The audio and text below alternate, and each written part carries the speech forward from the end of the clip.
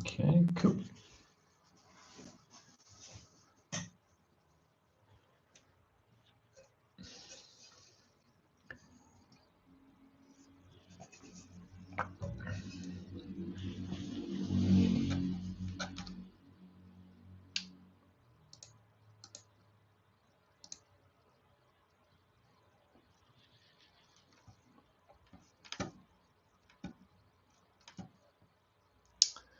All right.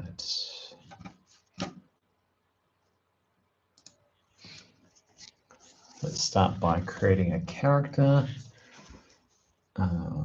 Let's go with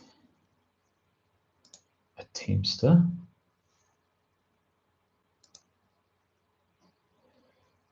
Okay.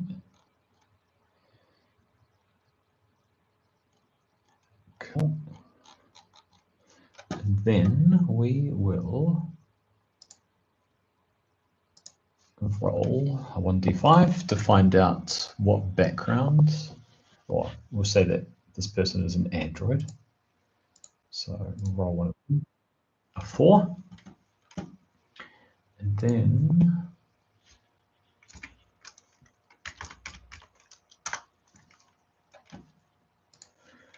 a 4 can be, all right, synthetic.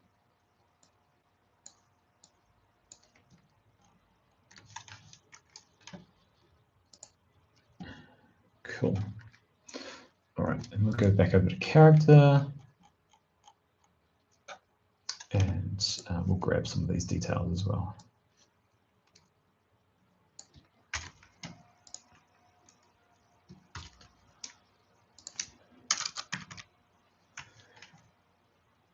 So synthetic, uncanny, codependent, and rational.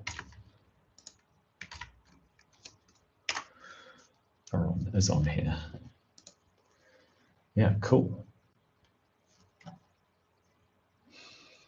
All right, so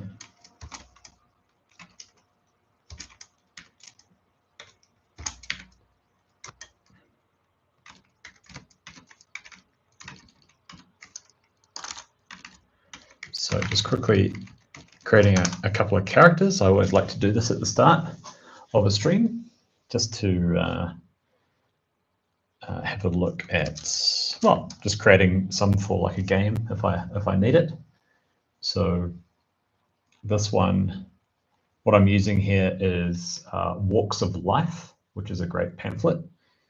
And in this case, this character is a Teamster, but they have an Android background.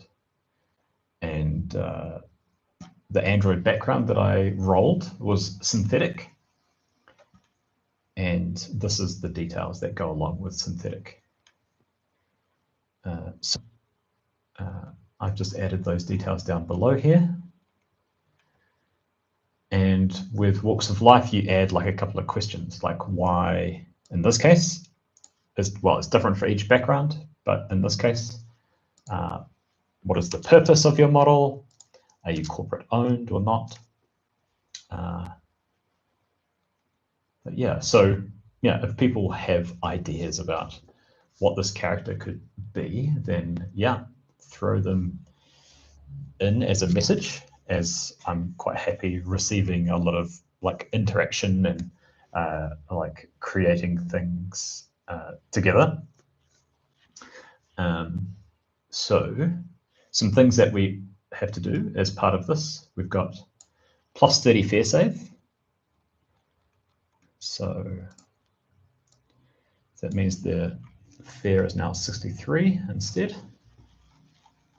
So that one is done. Their sanity save is what? Negative -10. So that changes to 25. And then we've got plus 10 to 1 stat, minus 10 to 1 stat. Gain a trained skill. All right, so this person has got geology, industrial equipment, 0G. All right. So what could this person be? So geology, mechanical repair. It sort of says like mining, some sort of like mining, almost like a mining droid, I would say. Uncanny appearance of a human. Yeah, okay. Mining droid. What else? I guess like can excavate and maintain equipment.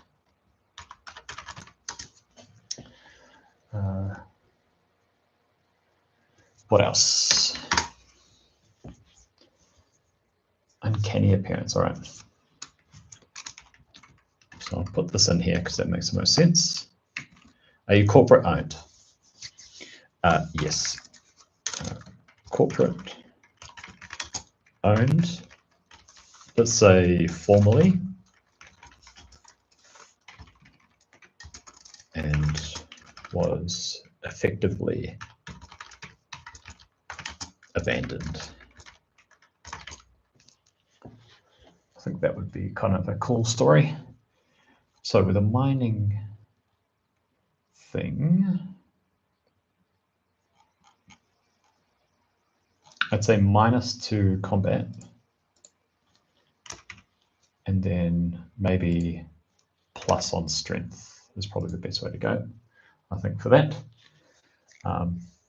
So yeah, if you're new here, feel free to ask questions or like contribute. Often, like there'd be some situations where you might might need like a role or something like that. So I'm very happy if people roll for things. And so this is just a character I'm creating that I often do at the start of a stream, just to as an easy thing to start. And then so I've done all of those, and then gain a train skill. So sort of fits with this. Fair enough. That's all good. No problem. Totally allowed. Actually, yeah, I should have eaten like just before the stream, but I'll live.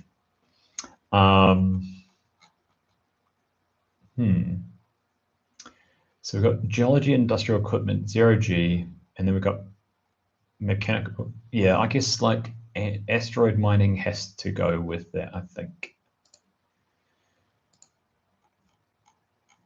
Yeah. Okay, let's take a look at like the trinket and patch. Preserved insectile aberration. Okay, interesting. And then we've got a couple, yeah, okay, that's quite cool. I like that.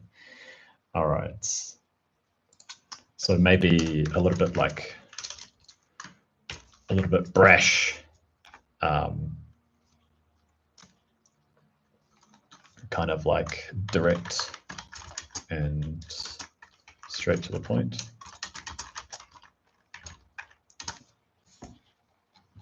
Yeah, I quite like that. That should be fun. That'll be a fun character, I think. So we've got a synthetic android who, oh, that should have been trained. Ah, that's right. Who is an asteroid mining specialist and equipment specialist, can handle in 0G as well. And I'm not too sure about the 6-pack of beer. I'm not too sure how that works. And then we've got the trinket being a preserved insectile aberration, maybe something that they found somewhere. And then I can't fix stupid as their patch. So yeah, it's quite fun. Okay, so what we'll do is we'll do one more, but we'll get some participation. So let's go here, character, create, character, randomize. Yeah, someone can choose a class. Oh, is she part of a team? I don't know. That's a good question. Let's go back. Now I've got to figure out her name. I forgot. I know what. Let me see. Where? This one. Team. I think, yeah. Let's say like previously in a team of similar models, if not same, that were sent off to an asteroid and left there, let's say. And we can leave it sort of open about how they got back or not, or we'll see how that works.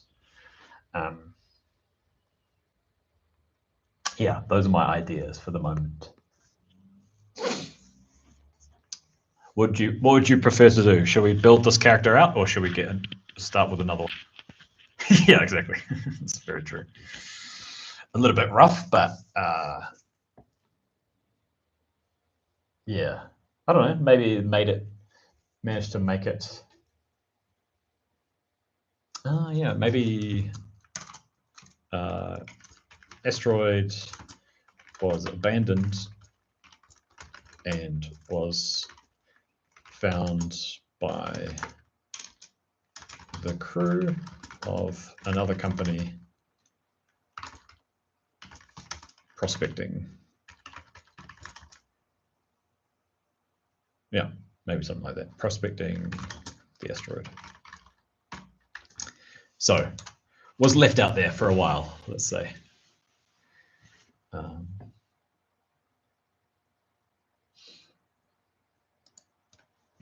I quite like that. Yeah. Sure. So, question: what happened to the others? Were they picked up? Where have they ended up? So say maybe were picked up and then some kept by the new company and others basically, like, I don't know, like, what's the right word here? Others left at a nearby station.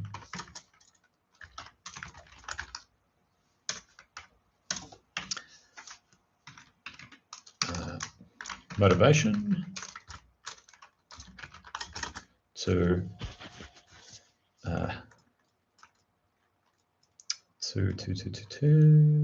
come back to find similar models.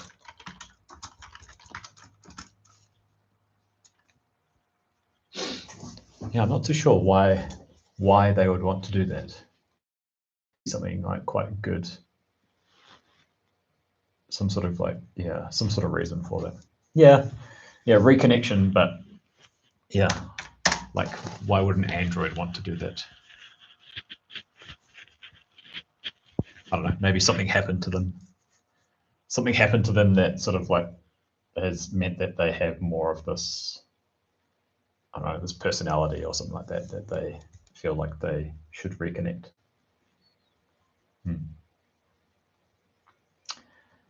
Very cool. So what is that?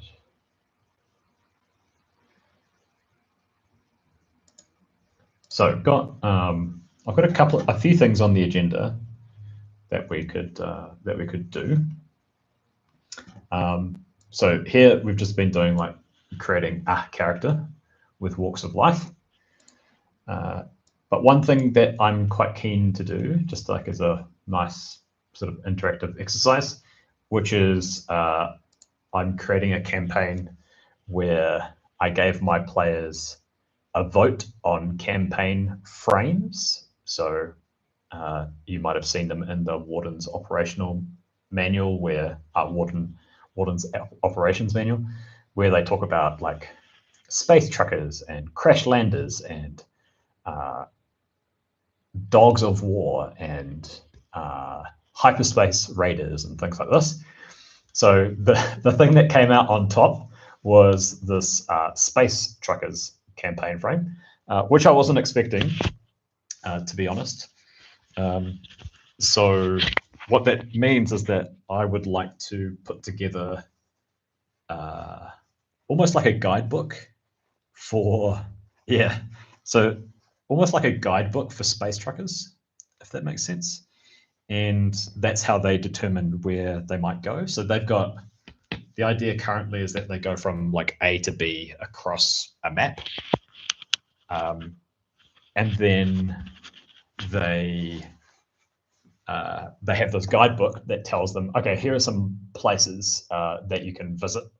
And here are some places that you can go to. Like you can get fuel from this particular place on this station or in this system or what have you. Kind of like a guidebook, and it's also, it would leave things out where maybe there's a system that has nothing friendly. Yep, probably, yep. But it would be for, you know, a whole range of systems that are basically in between A to B. And so, of course, I've got some of the classic things that you might find. So fuel, maintenance, food, accommodation. And then after that, I was thinking about some other places that might be useful for them. So like medical centers of some kind. And then like I had entertainment here, so like casino, bars of different types perhaps. And also kind of related to this is it would depend on the class of station. So if it was, you know, there would be some places that they wouldn't even be, like there would be, was it like an S class or whatever, which is like for the extremely rich, is that, you know, there would be nothing there for space truckers basically. Whereas for like an X class port, then there might be more stuff, but it's dangerous. And then there might be some systems where it's, you know, very secretive just because of the faction, and then there's just no information. They might know that there is a system there, but like there's no information about sort of friendly space trucker, what would you call it? Space trucker businesses that are sort of open to business from space truckers. So I'm kind of looking for like some other things that they might need or might be interested in visiting. I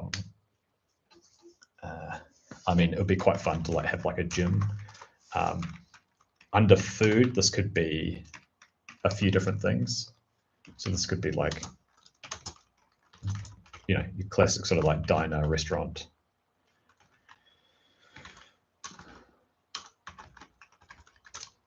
My spelling today is terrible. Restaurant, cafe, supermarket, convenience store.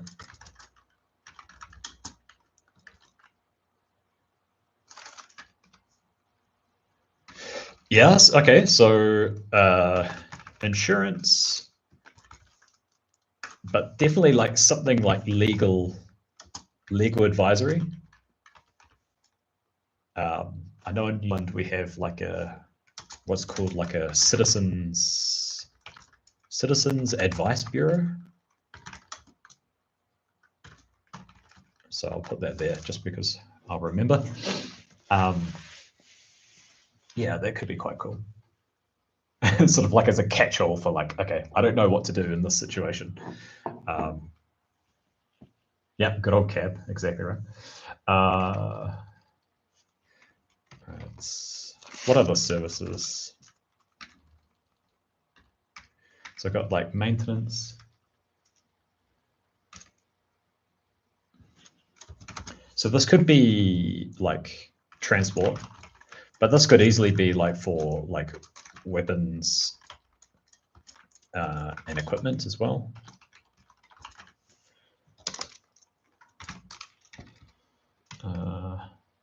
So accommodation, it could be like hotel, could be like different styles of these. So it could be like a pod hotel, I guess, as well.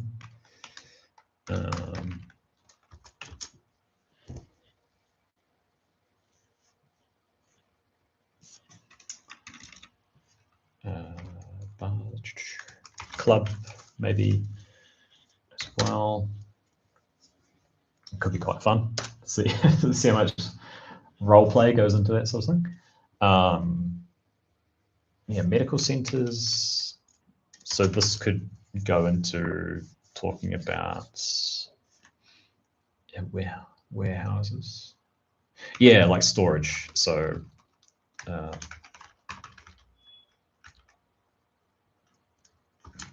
and storage. There might be a good reason for them to store something, like maybe come back to it later, or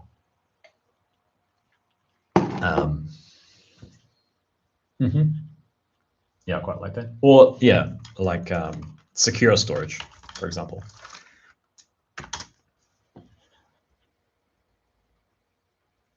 Yeah. Yeah, I've got restaurants up here with like food.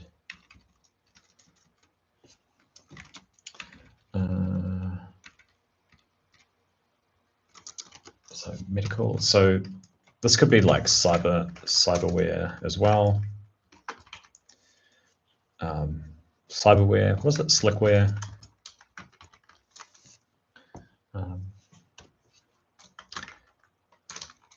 Surgery. As a bit of fun, could make it like cosmetic as well. See what happens there.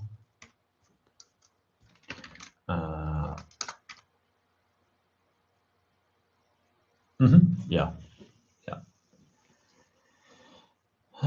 What else? What other locations would a space trucker go to?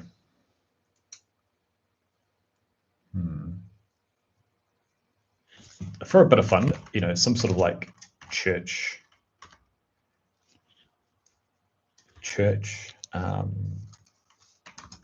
like prayer rooms that you see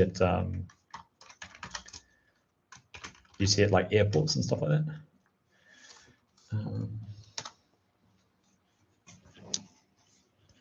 What else would you want to do? Oh, like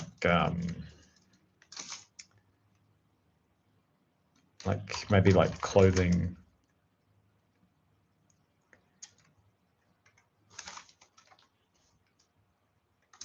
Yeah, kind of like your laundromat, I guess is what I'm trying to say.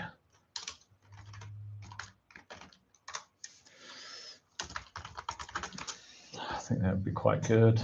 What else? Maybe there's like some sort of like some sort of beauty thing. That would be quite fun. With a pool. Yeah. Yeah, exercise machines.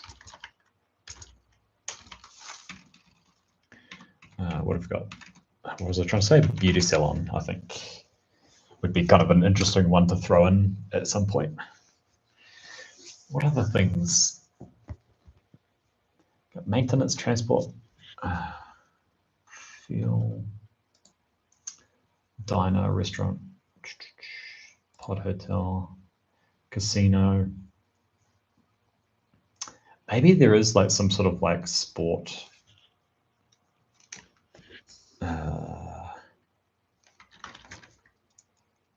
Sport facility, yeah. Yeah, bathhouse. Sort of goes in that same category, right, with the pool, some like horror opportunities. Yeah, parks. So like, especially if they are in like on a colony or something like that, or even within a station, like a park, like Botanic Garden would be kind of a bit weird and quite fun. Botanic Garden. What else? I'll check hospital up here.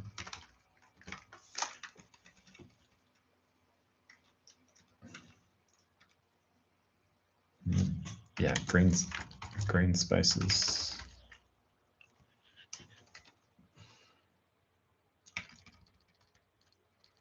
Yeah. Not sure if anything else is coming to mind. I would love any other suggestions. So these are for, good point. So with this like guide, I wonder if there would be, so convenience store, maybe I could also add on like news agent. So then like there's a physical store, but then there could be like some sort of like local newspaper of some kind. Would be quite fun. Because I would absolutely love to create this guide and it has like advertising in it. It would be quite awesome. What else? What other entities would be here?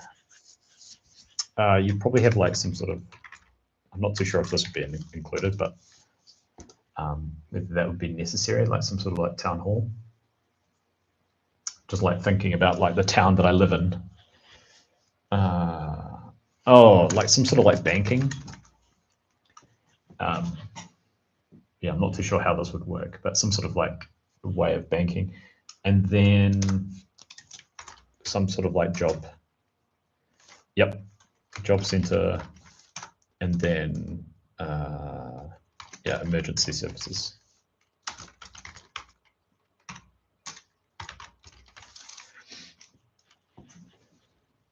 Yeah. Emergency services, church, restaurants, cafe. We have a central plaza, supermarket, medical center. Oh, and then, yeah, I'm not too sure if that would be in a travel guide, though, like school and stuff like that.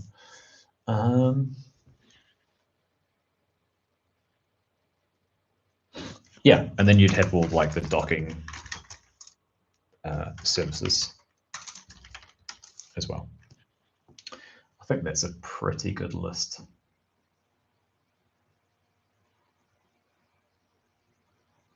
Yeah. Cool. All right. Unless we have any other suggestions, I think that is a great list. And now I can think about like in which places would those things exist as well. So that's awesome. Thank you for that, Raphael. Yeah, I'm sure there'll be some like weird niche stuff that maybe would only like, I know there's like one faction that I have that is trying to do like the whole like, it's kind of trying to be like New Zealand basically, which is doing this like tourism, what would it be like tourism, looking after the systems, keeping things untouched, and yeah, sort of like that sort of vibe. And so there'll be like these sort of system national parks type stuff, and people can go down and stay there. But actually, that would be a cool module. Actually, like, yeah, that'd be a lot of fun. Rage room. Right. Yeah, I would say so. Rage room. Yep. That would be quite fun. Yeah, I think that would be a good start. Cool. Thank you for that. So the next thing I wanted to look at was, I want to have a quick look at this combat checks and critical successes table that came from a Reddit post a while back.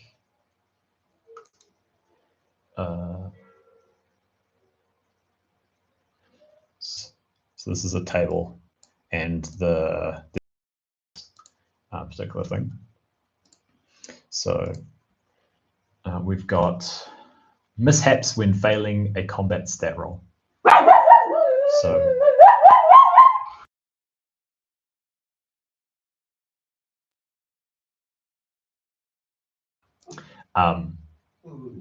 okay.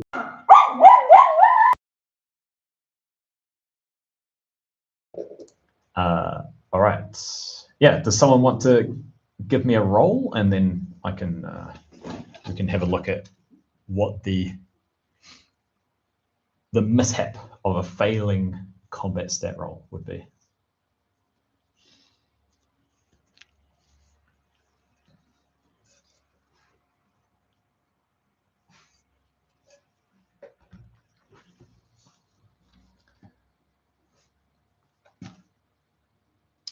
So I'll ruffle.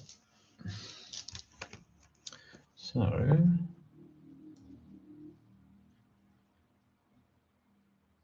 91. All right.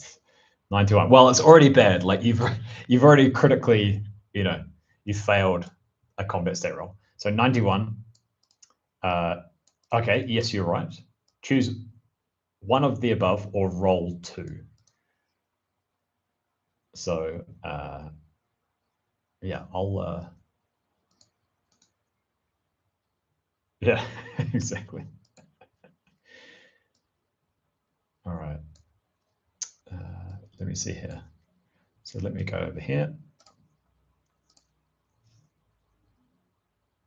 Yeah, exactly. Yeah, well, I hope so. 2 and a 57. Let's start with 2. All right, trouble with recoil / swing or lose grip or drop weapon. Okay, not ideal in this situation. And then we go down to 57. You're outmaneuvered, lose cover, or similar tactical problem arises. Yeah, that would not be ideal. You drop your gun and then you get flanked. So I think when it's like, if you have combat that's very tactical and within a small area, that could work out really well. Especially in like enclosed spaces in some sort of like storage area, then that would be really cool. Okay. So I'll roll 70 and 62. All right, so 70 first. Rising panic. Your next panic check is at disadvantage. Okay, that could not be ideal, especially if you've got plenty of stress already. And what was my other roll? 62. So that was a bad shot / move. Increased self-doubt. 2 times stress result from this fail, i.e. my +2, not 1. Right, okay, so yeah. Okay, so then I would gain 2 stress. And then if I say we rolled what you did, which is this 91, then we'd get this +2 stress plus then my, whatever panic check was happening at disadvantage as well. Pretty nasty. All right, let's do another one.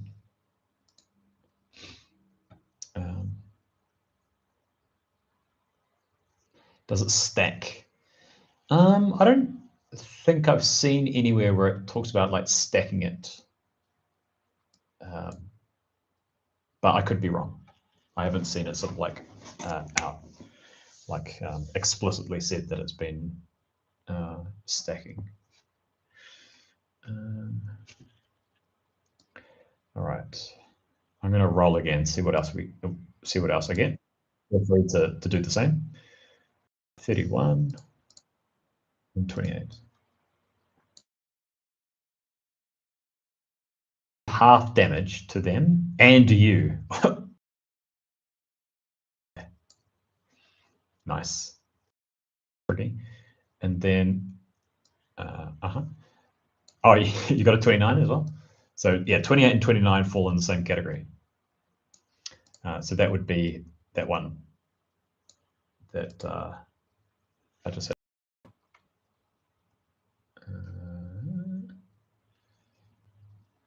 Here. Put this up to 200.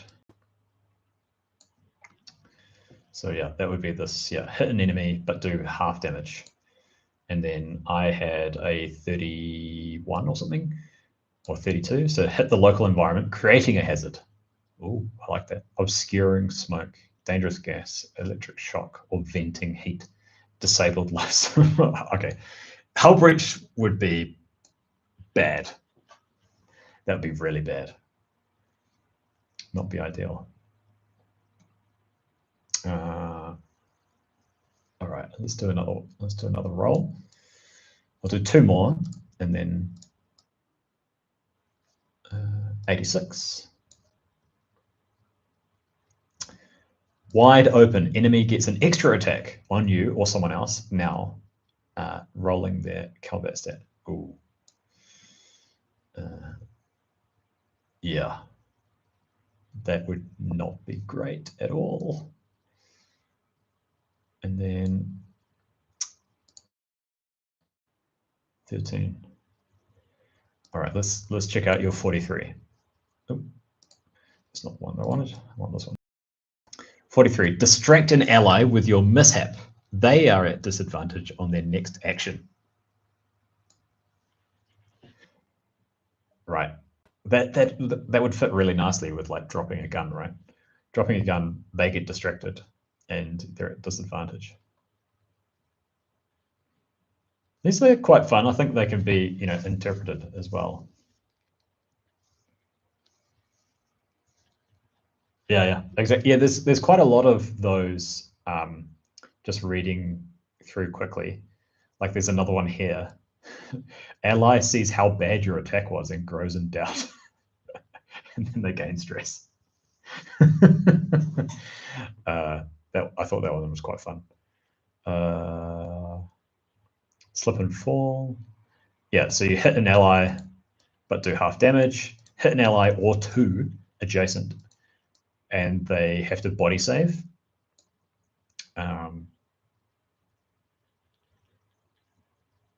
Yeah.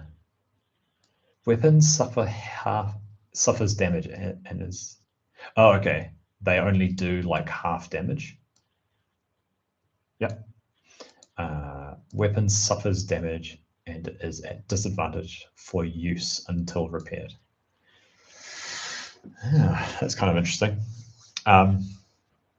Anyone else want to roll a couple of things? But otherwise, we'll go on to the next one. So yeah, more than happy for people to participate and yeah.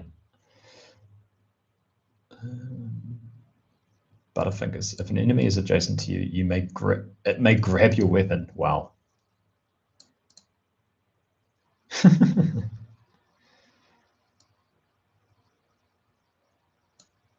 Okay, so this, right.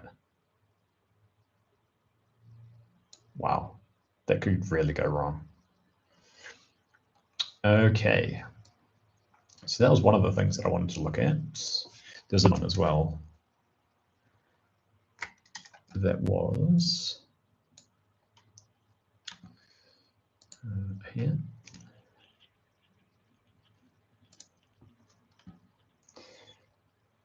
And then there's a critical success table as well.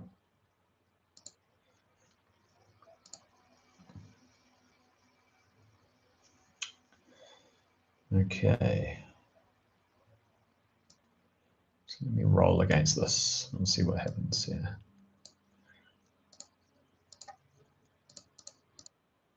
$14. Knock an opponent off balance, disadvantage for them until they adjust or violent encounter ends. Until they adjust. How would adjust work?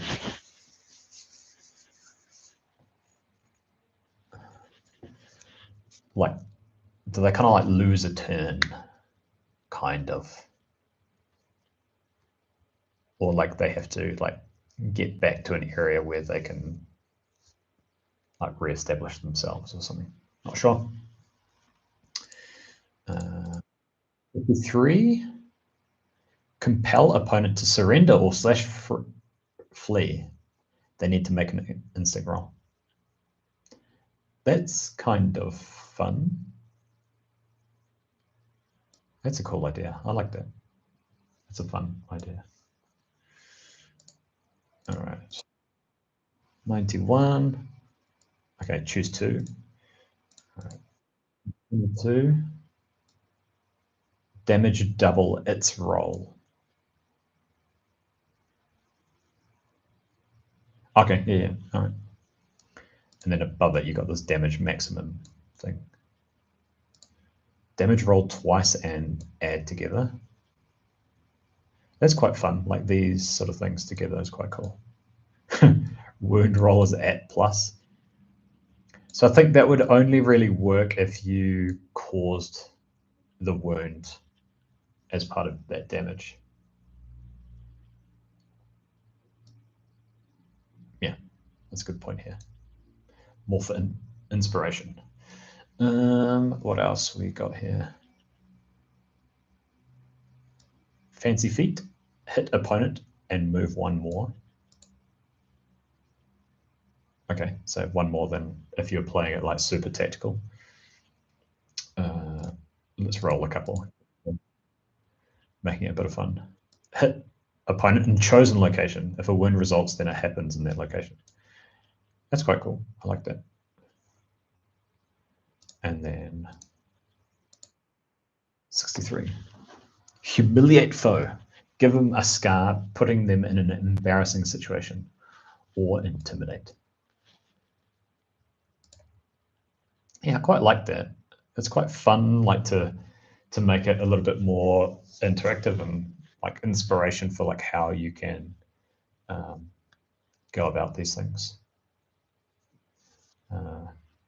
Yeah, and I like how he's added some bits and pieces up here to say that, oh, you know, not everything is equal and people would prefer to do different things.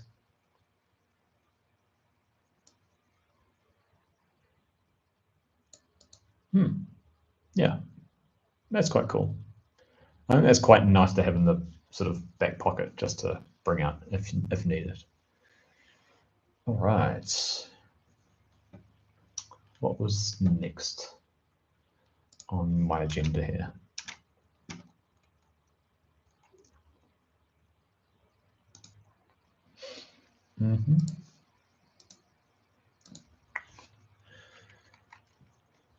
So yeah, I'm not too sure if you caught that, Raphael, but there's also a critical successes table here as well, which look quite fun. And yeah, that has some different things in here, and there's some quite good ones like this humiliate foe. I thought was quite fun.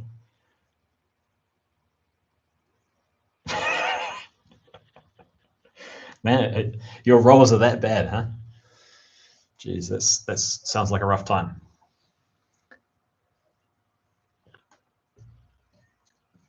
But yeah, it happens. It happens for sure. Well, you know, if that never happens, you may as well take your opportunity to roll on it now if you want.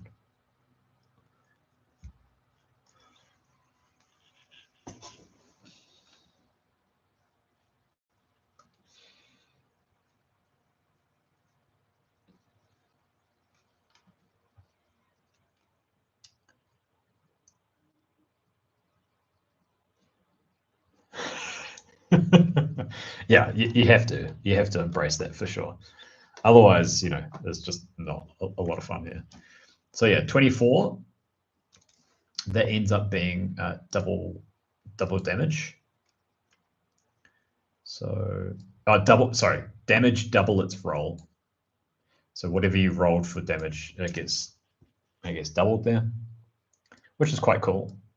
And this gets done in a couple of other ways as well. So you got damage maximum for the weapon that you have, and then also you've got this roll twice situation as well, which is quite cool. Do you want to roll another one? Roll one that's a little bit higher, maybe, because some of these ones in the second half are quite fun. Yeah, like this compel opponent to surrender / flee, which would be quite fun, I think.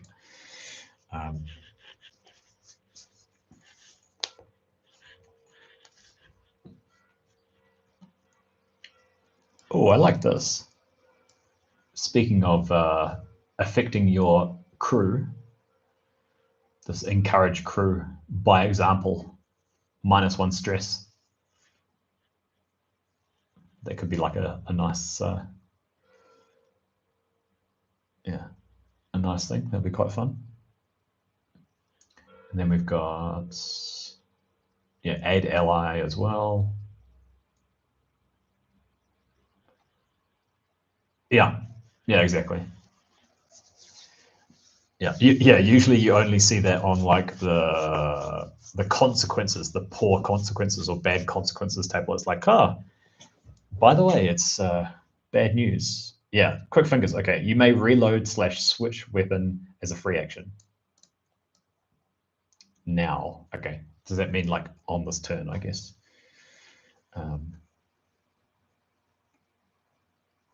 Yeah, very cool. But yeah, I'm not too sure. Like if I play the way that I play combat, I'm probably a little bit more fluid than some of these. Like, yeah, there's probably one thing I should do a little bit more is make it slightly more tactical when I'm running it. Like to be aware of like cover and, making sure that cover and that contributing to armor points for a character as well. I think that's something that I easily forget. So that was a bit of fun with those tables. So one other thing that I wanted to, so I've got two other things that I want to look at. One, which is these donjon generators, which I'm not too sure if you've seen. And this is, these are really cool. Like I've been using these a little bit.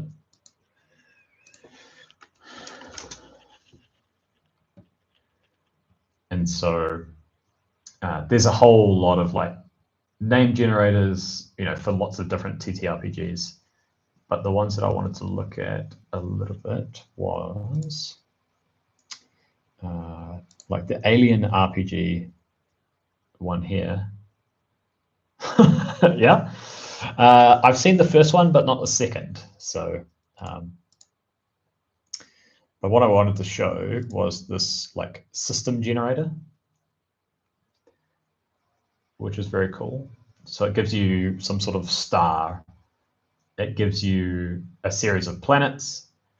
It also talks about this like habitable zone, and it also gives you like a whole lot of information. Yeah, exactly. Really quick, and you can customize things a little bit. So I'll show that in a bit. But yeah, so you can see. So each thing has like a code. Usually the planets that are sort of outside the habitable zone are just like named like 2, 3, 4, 5. So if we look at this BC 484, it just gives you all this information. Type gives you the size, gives you the atmosphere, temperature, the geosphere or conditions, terrain, Then bottom line. So bottom line is this like a colony that's there. So if you wanted to, you could also use that, where it's like, small population, what's it doing? Are there other things in orbit? And even, okay, I didn't even realize that it also had like factions and also had some sort of allegiance. And I guess this allegiance might be part of like the alien, yeah, because Wayland, that seems familiar. So yeah, so that's all added. And then you can see that the same on these other planets as well. So terrestrial planet, ice planet, and then there's a gas giant as well. And then if you want to change things, you can just change the name up here.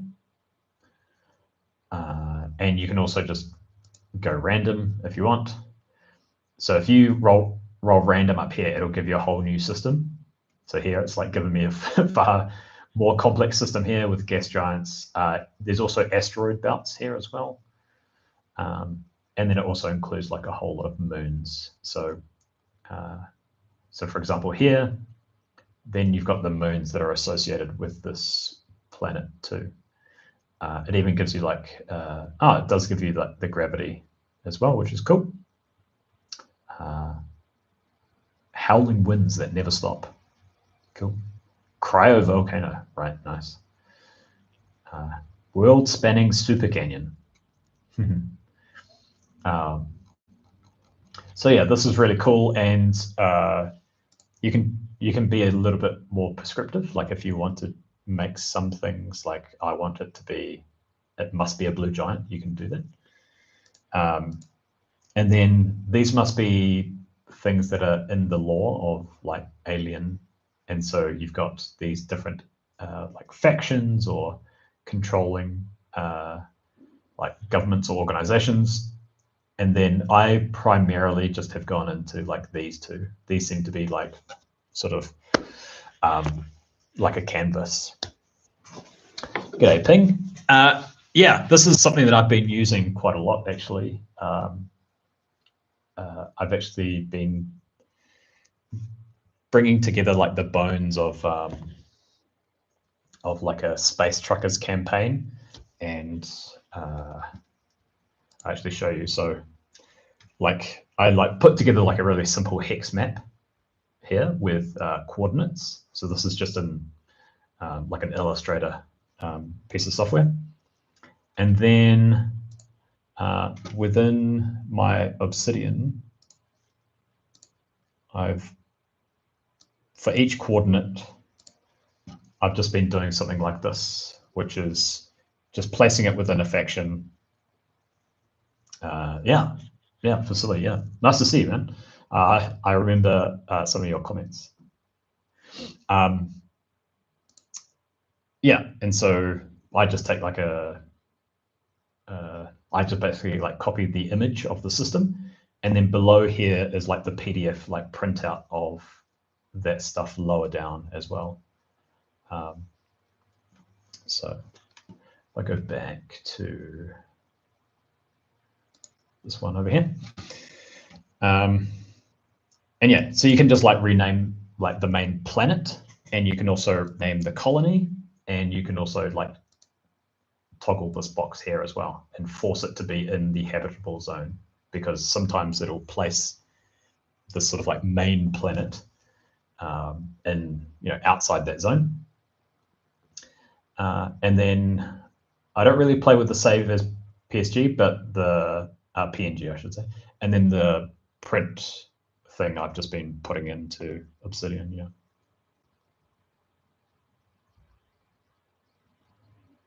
Yeah, it's just I wanted something to embed, and at the moment I don't really care what that page looks like. It's only like reference material,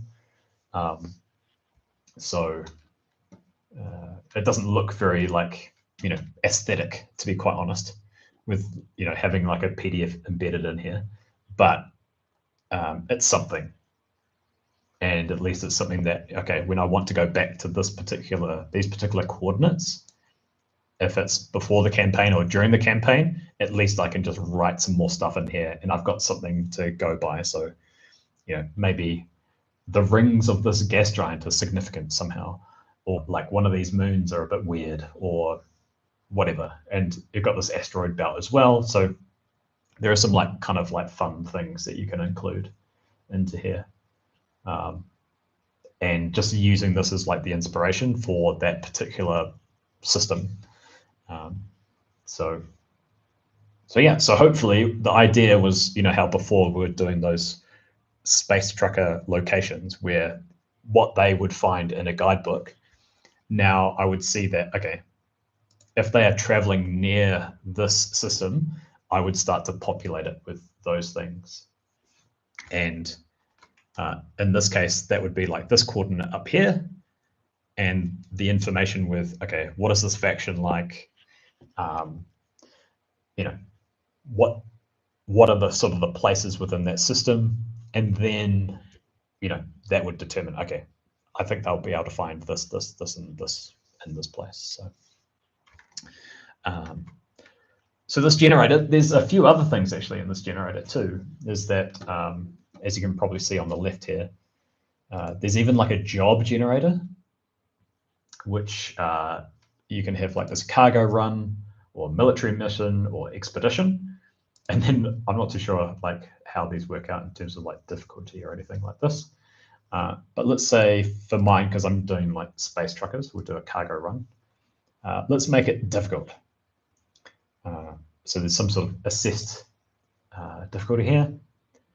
Destination, pay, extra rewards, who the employer is, what the thing is. Yeah, exactly. Translates really well. Deliver to some starship, and the destination isn't ready to accept the cargo when you arrive. The fusion. Okay, that's funny. So yeah, so these things like can plug quite nicely, and I think if I was struggling to put together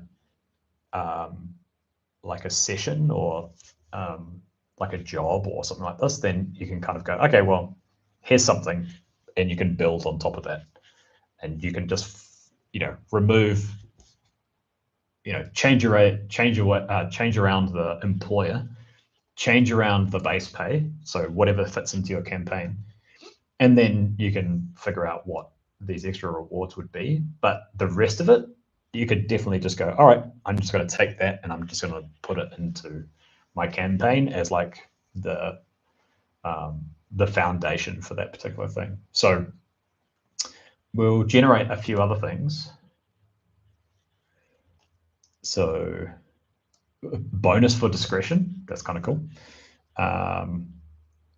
So some sort of military logistics officer, moving weapons, delivered to uninhabited asteroid. Okay. The destination is under quarantine. So maybe once you get there, that'd be quite fun. All right, a few others. Colonial administration is the employer. Bonus for speed and faction contact. Okay, not too sure what that refers to there. Okay, some sort of dodgy powder. Sounds interesting. Mining facility far from a colony. Right. Yeah, it's quite fun. I'll do a couple of these like military missions in case they're interesting. Quell a riot. Okay, pretty good. Important NPCs captured. Do another one of these. Exterminate local alien life threatening a population. Fair enough. We'll do one more of these.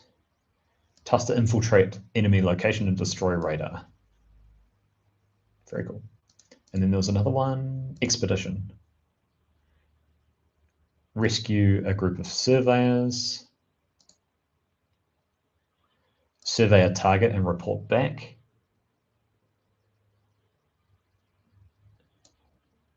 Yeah. This makes me consider if you're doing this. How often do you give them normal mission? Yeah, no, it's quite true.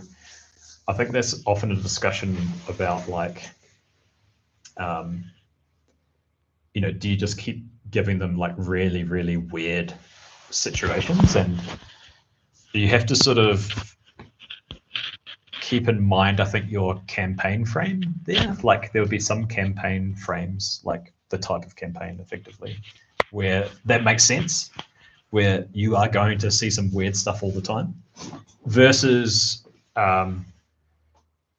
like here's a routine job and it does go fairly routinely. Or maybe it does go pear-shaped, like there is something that is a bit weird about one particular thing. But yeah, I think there's a balance there that you have to strike. And to me, that is, what type of campaign are you running? And does it really like fit the type of campaign that your players want? Because with Space Truckers, I imagine like the horror is less about just seeing like space monsters all the time. I think it would be, in my mind, it's a little bit more towards like the horrors of like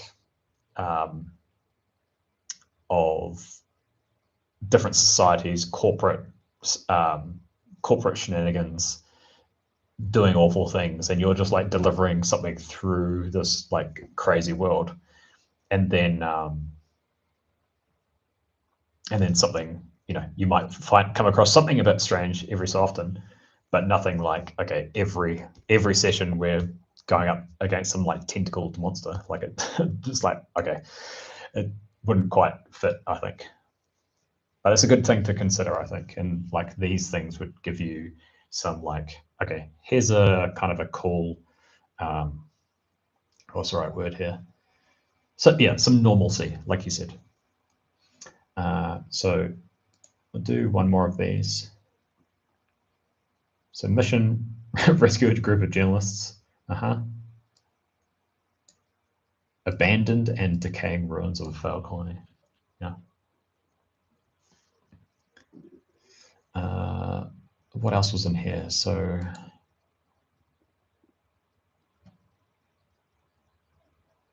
oh, that's cool. I didn't find this one. So this is like, this would be like a job board almost.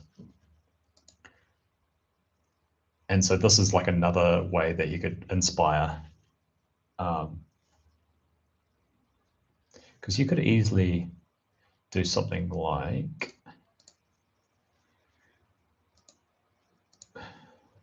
can you actually, oh, you can't edit in here, unfortunately. But yeah, that's quite cool. I like that as well. So if you wanted like some explanation or something like that as well. What was the other thing? In the Blade Runner part, one thing that was quite cool was this NPC generator. And you could, just generate, they got faces, of course, and a little bit about some skills and things like this. Soviet happy people, interesting. What could that be? But of course, like these, their stat block would be very different. So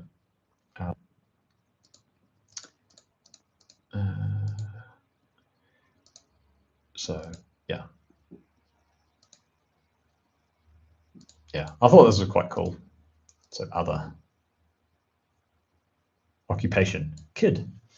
That was quite cool. Was there another one? I think a case generator. What was this? Oh yeah, like yeah, persons of interest. These types of things would be quite cool, I think. Yeah, and sort of you can see again how you might also add or use this as inspiration for like a particular session or mission or something like that. So yeah, so that's one thing that I wanted to show as well. The last thing, which was which I'm really looking forward to doing actually. And I got in touch with the main author of this particular module. You probably know it already, which is Hull Breach.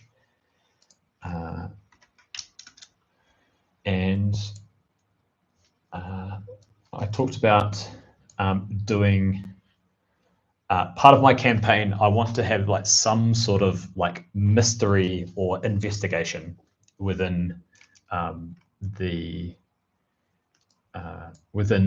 campaign. It might not be the whole campaign. It might be just like a very small part of it. Yes, Anodyne. Yep. So I was talking to Ian. So I sent him a message of like, can I show and talk on stream about this part of Hull Breach? And he was happy to let me do that.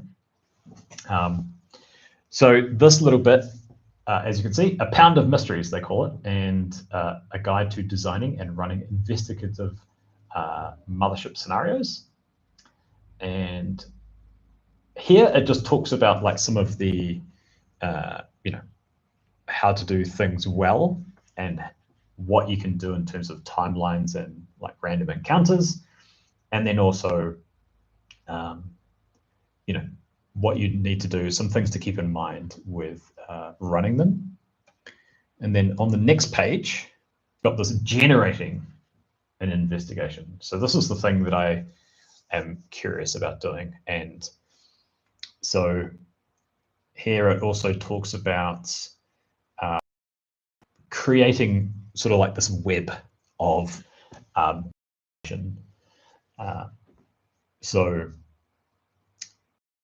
to sort of read this map at the bottom here, we have a hub, an NPC. Have you? Oh, you don't have it. Okay. Yeah. So, all right. Well, we'll see what happens. So our hub. So here we've got a hub here, and a hub down here.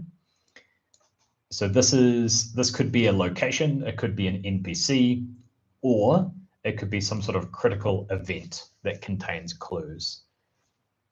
And then we've got a clue, so what you could probably guess, a piece of information or object that reveals insight leading to conclusions. And then conclusion, a realization about the mystery's nature leading to hubs or the finale. So we've got our, if we're working backwards, have you seen how massive this thing is? Like Hull Breach, I was looking at it again today and I found a section that I didn't even know about. I'm like, wow, this is so cool. Like there's like NPCs in here as well. Great missions. I think there's, how many is there, Ping? There's probably like 10, maybe more missions. There's like a campaign structure as well. So it talks about, okay, if you want to have like 3 types of campaigns, here are some like missions that are in Hull Breach that you could use. What else does it have? It talks about like different factions that you could use. It has some like weird locations.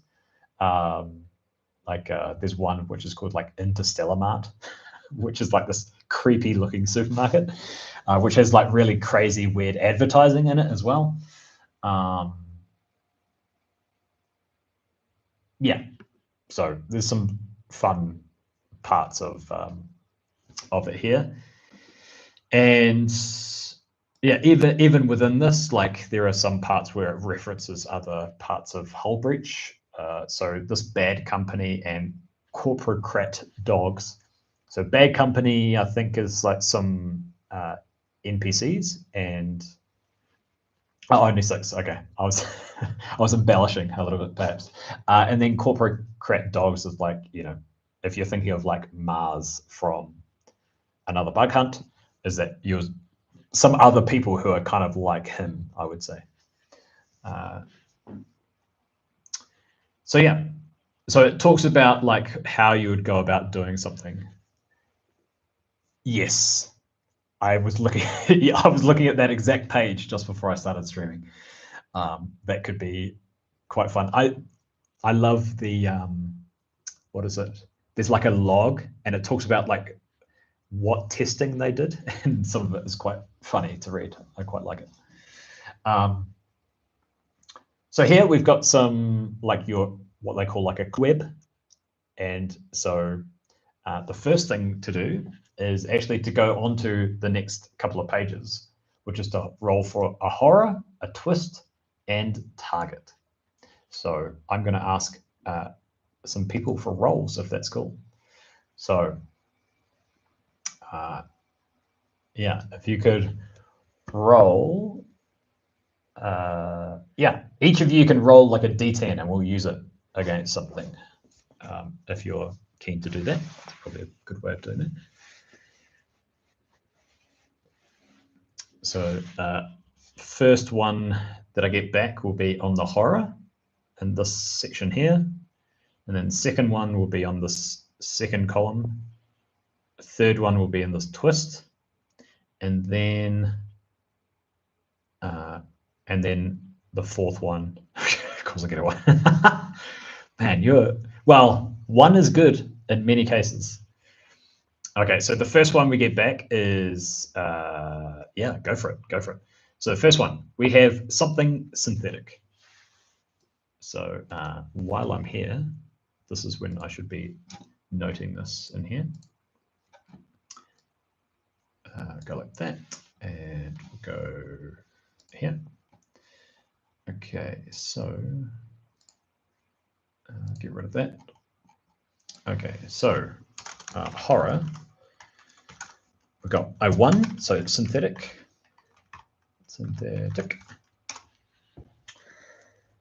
Okay, number 9, synthetic profit.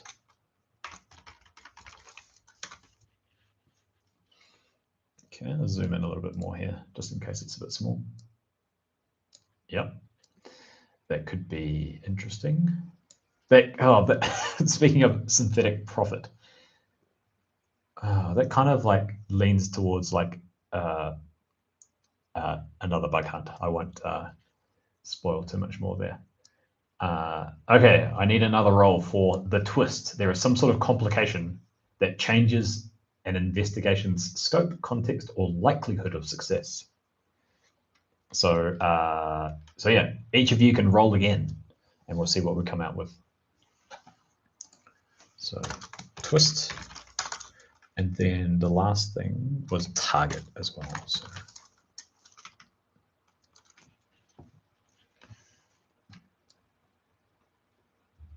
Okay, so number 5, it's a setup. Okay. That's a setup. All right, need one more. 4, okay. So, so Ping, you can take a choice. So the target, it talks about choosing a corresponding target from one of the tables. So we have twin, android, or geo-sample. And so as a reminder, target the core of a mystery, what the crew members are after. Are we after a twin? Are we after an android? Or are we after some sort of geo-sample?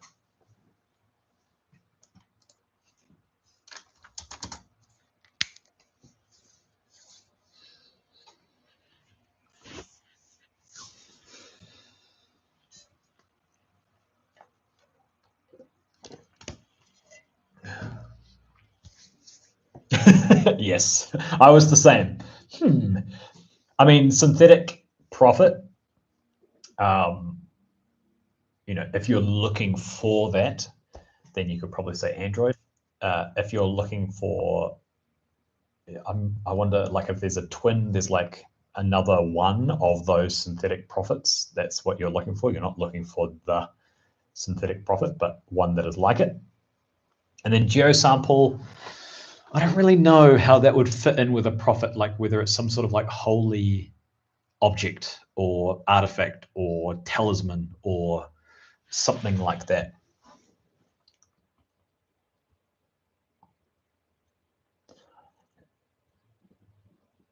Yeah. So remember, like, yeah, you're going to like, yes, worshipping crystals, but yeah, remember that, you know, this is the thing that they are after. Like, this is the thing that they're trying to get. Yeah, we did do Android last time with the space station. That's quite true.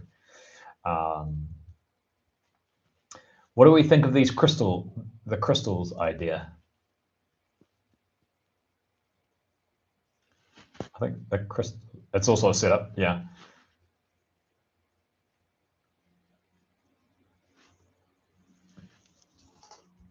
So geosample,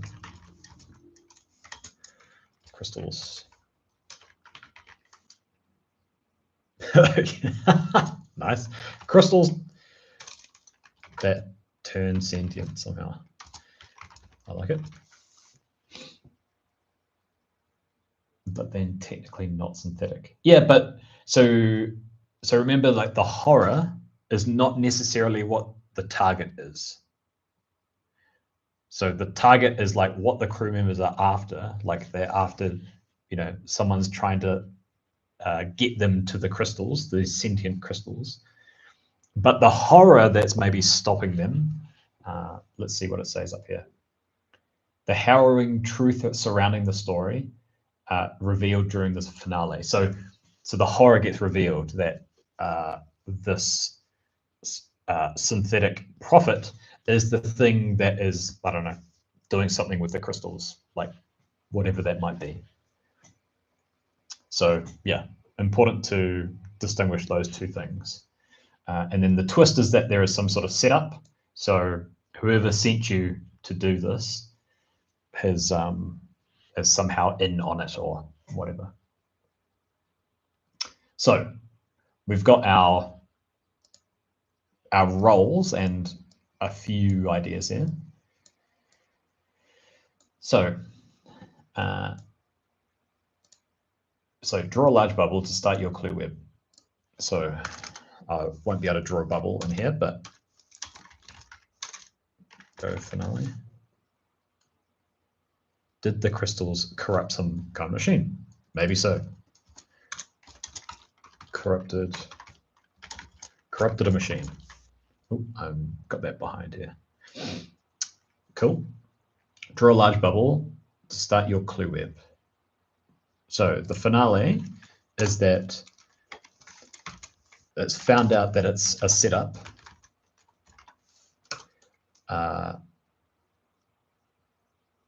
It's a setup.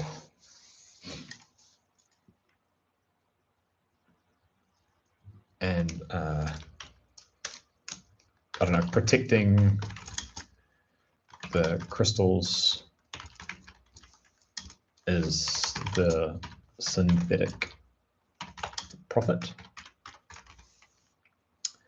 Yeah, I quite like the synthetic prophet and crystals corrupting machines. I quite like that idea, because the synthetic prophet would not, you know, maybe that's the way that it feels like it can have some influence on machines. The machines that then, I don't know, damage it or like damage other human things or whatever. So that could be quite fun. Let's set up inside. Briefly summarize your finale. So I think we'll go with that for the meantime. So bubbles. So we need to have like some sort of like conclusion.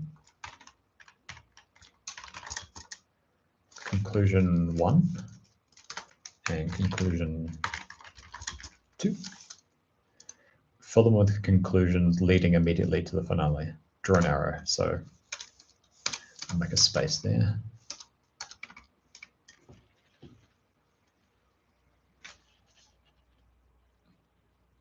So this is what I'm sort of like keeping note of here. We've got the finale hub, some conclusions. So, and then we've got to figure out what clues contribute to those conclusions. So then we've got, let's call this hub 1 goes to conclusion 1. Hub 2 goes to, we'll keep the sort of same structure here, so conclusion 1 and 2. And then hub 3 goes to conclusion 2 only. Cool. Okay. Roll clues for each conclusion, adding them to the web as small bubbles. Yeah, that's fine. Okay, draw arrows connecting you to conclusions. Yep. Cool. So then this conclusion, clue 1 here, clue 2 here, clue, let's just make these unique, clue 4.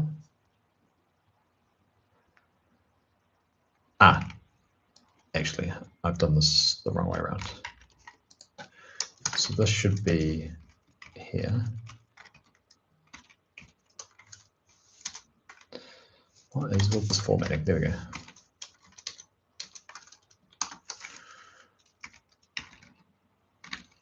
And then we go down here. Not great streaming content with learning Obsidian layouts.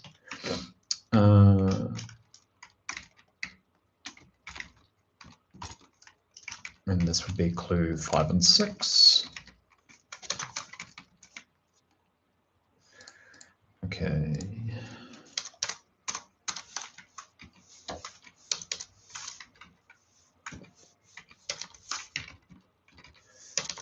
Okay, so now, what other notes do we need? Conclusions, right? Draw the bubbles. Dual purpose string. Yeah, something like that. So roll for clues. All right, let's do that. All right, so we need 6 clues in total. So clues are valuable information. So yeah, get rolling if you want to roll for some of these clues. So valuable information used to lead crew members to conclusions and connect nodes. Roll 1d10 on 1 or more tables. So I'll do the same as before. So we'll just do like first roll on this first column, second roll on the second column, and third roll on this third column. And I need to create 6.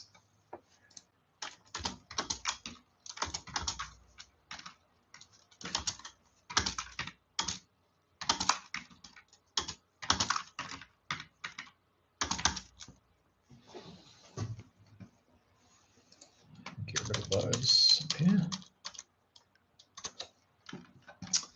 Right, so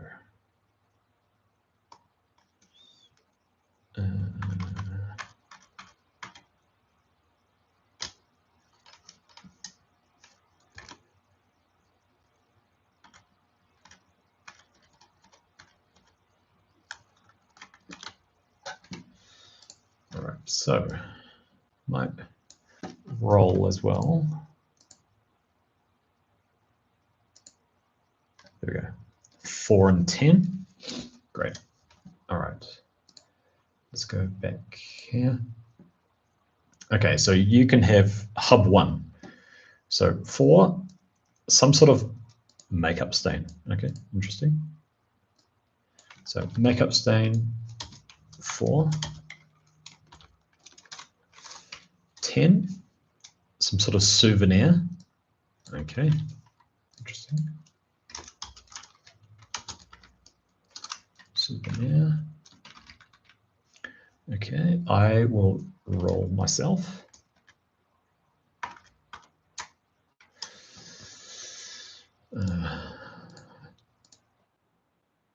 A 4 and not. So let's continue on here. So accomplice. So 4 accomplice and 8 down here, audio recording.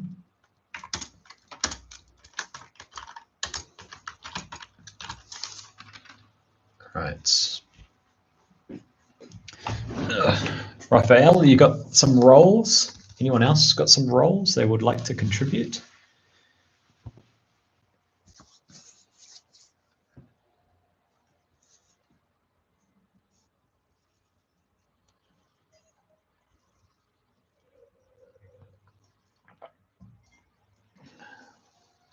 Otherwise, I'll have to roll them myself.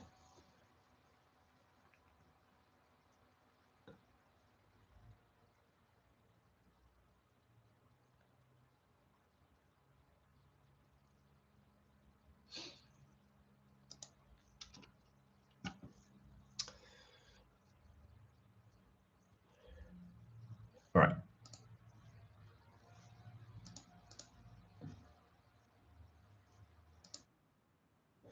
Okay, 7 and 10.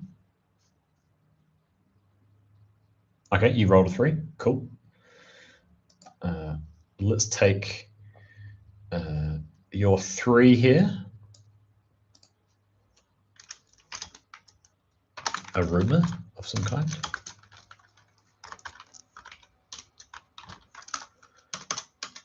And then I'll take the first one, which of mine, which was a 7. Sorry. This should be an official report.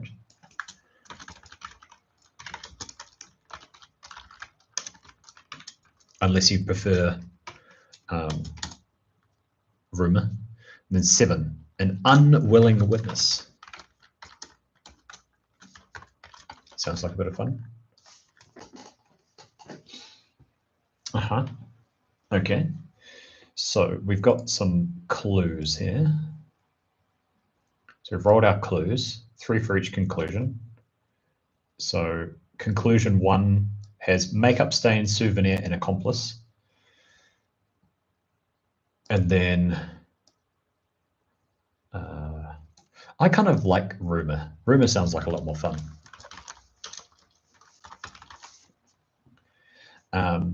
And then conclusion 2, so if we're looking on our little map here, so conclusion 2 would have an audio recording from hub 2, so from, let's say, the hub 2,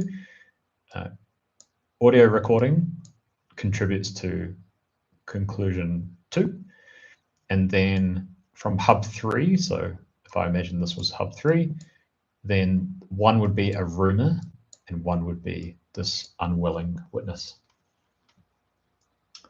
Yeah, all good, man. Nice to see you, and thanks for throwing in some comments and things like that. So I appreciate that a lot. Yeah, and have a good weekend if you're playing as well. Okay, so fill in each blank with each hub with a major location, NPC or event. Use target for inspiration. Okay, so let's do that. All right. Yeah, I'm not too sure if anyone else is around for some rolling, but I need 3 rolls would be great, and that will help contribute to the hub section. So, for example, oh, cool. Yeah, nice. Yeah, good luck with running that. I know that you got to go, but I'm curious about what you're running, of course. But yeah, have a great time, and yeah, have a great weekend. Thanks, Ping.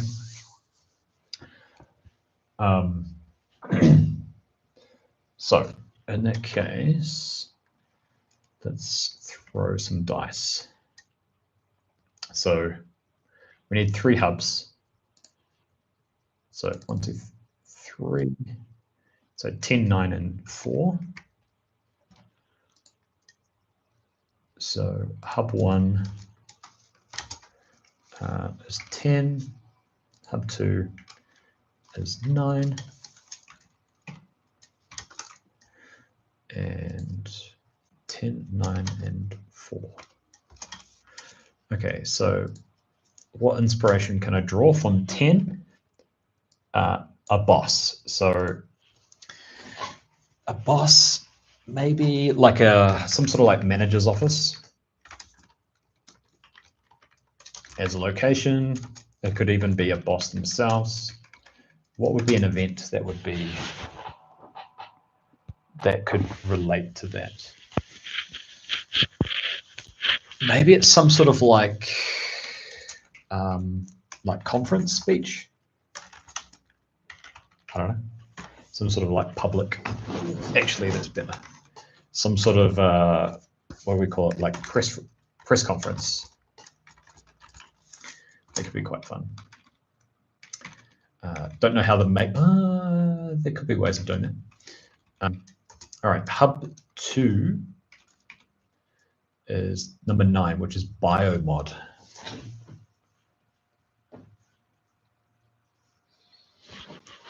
So biomod.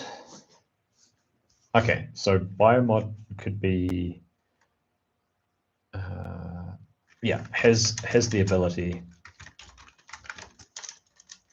to record. This kind of reminds me of there's a pamphlet. There's a pamphlet that came out recently that talks about like this.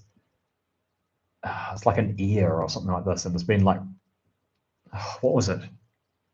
It's like being ripped off an Android or something like this. It's a really weird thing, and like there is actually, it comes with the module comes with some like pamphlet mission or some scenario with it. I gotta have to check it out. I think I sent it to a player that I have in my team. Yeah, an ear for trouble it's called. It kind of reminds me of that.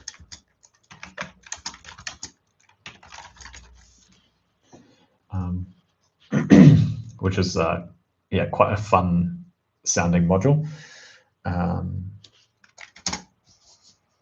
Has the build. I should also write. So it was biomod, which was the inspiration here. Has the ability to record.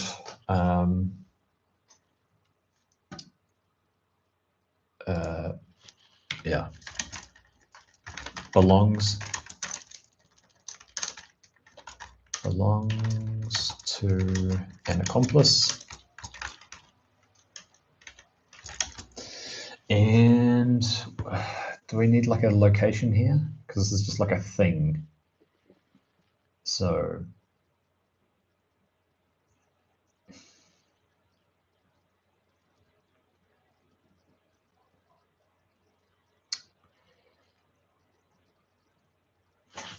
yeah, maybe it belonged to like a former accomplice, and it was found in sort of, I don't know, some sort of like Android morgue thing. I'm not too sure. Trashy, whatever that might be. And then we got 4. So 4, we've got geosample again. So I might choose 4. That was our thing. So I might re-roll that one, actually. A 1. So drugs. So this could be, so drugs is the hint here. So it could be like some sort of like pharmacy. Doctor / pharmacist. like that. What else? Obviously, drug dealer, drug den, something like that. Yeah, those things work quite well with like rumor and witness. Okay, so we have some clues with hubs as well. So I quite like that. What's next to do? For a complicated mystery, repeat steps 3 through 6. So you can get these like really big webs. So I think they have an example a little bit further like this. You can create something like this, which is kind of crazy. I'll zoom out a little bit. So yeah, so you can create these like massive investigations. All right, and then, so draw a single large bubble beyond the hub for the investigation's client. Determine the identity and their relationship to the target. All right, so there's like a couple of other pages that you can generate some clients. And so the client is after the target. So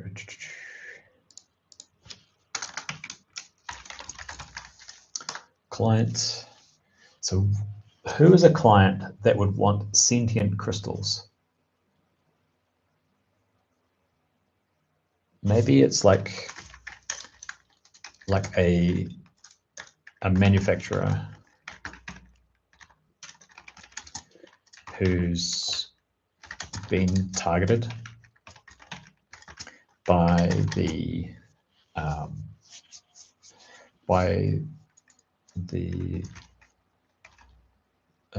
corrupting crystals.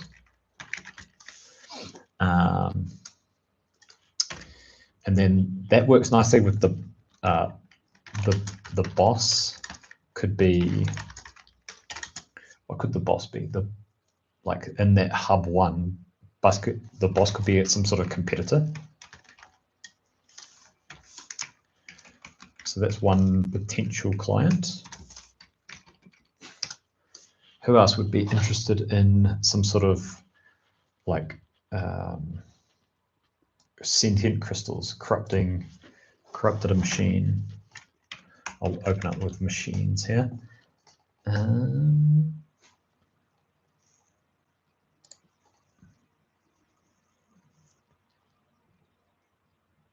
Yeah.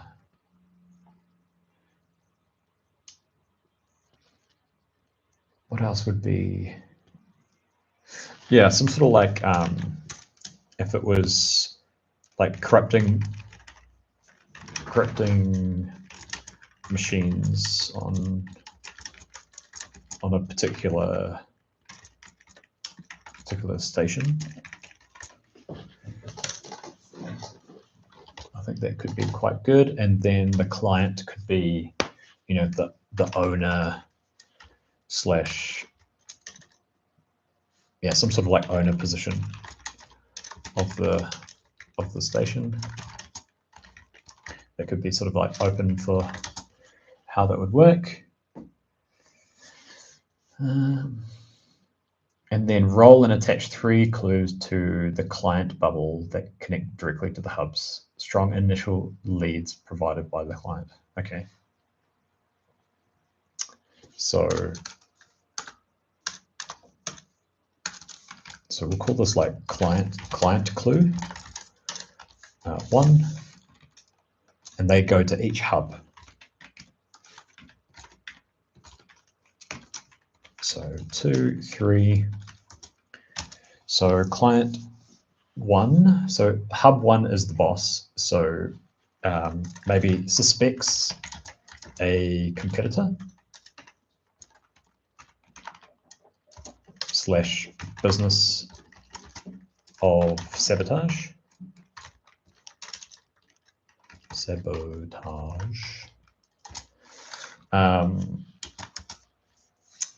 What else we've got here? So clue 2 is the biomod. and 3 is the drugs pharmacy thing. Okay. So yeah, I'm not too sure how they connect. So we can roll for rolling. We'll roll for some clues here. So we need 2 more.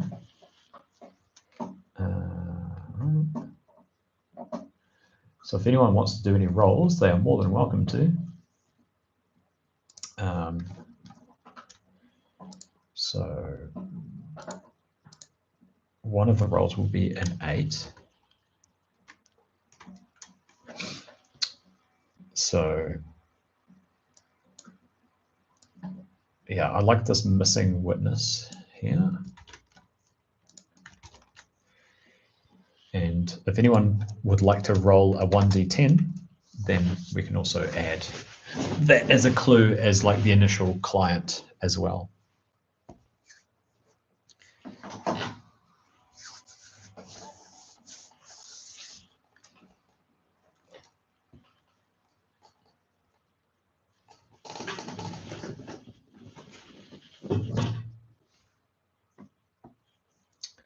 Right, let's roll. Let's roll for that.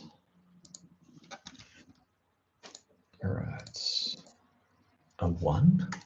What were the ones? Weapon, email, matchbook. So we've got, so clue 3 should lead to the pharmacist.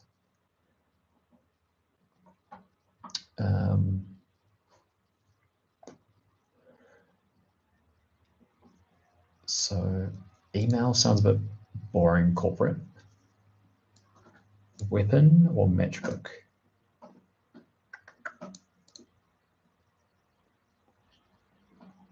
Weapon or matchbook?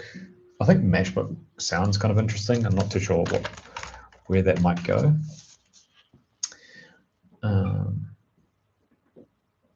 But that could be like contact information,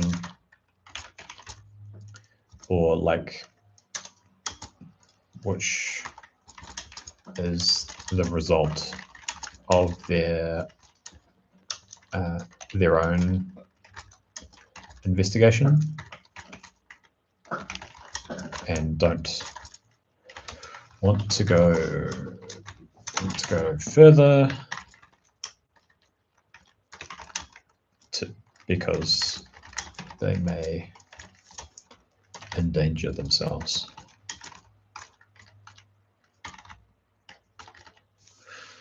Yep, that sounds good. All right. And then flesh out the hubs, clues, conclusions with additional notes or annotated sections. Okay, so we haven't really written anything for conclusions.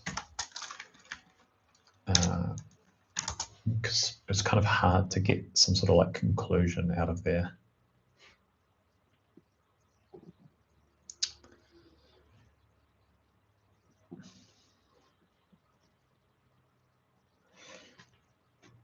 Okay, so let's put these together. So conclusion 2 should have audio recording, some sort of rumor, and some sort of unwilling witness. And then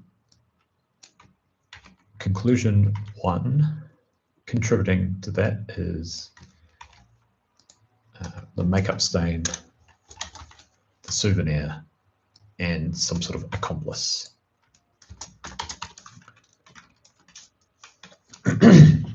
Okay, cool.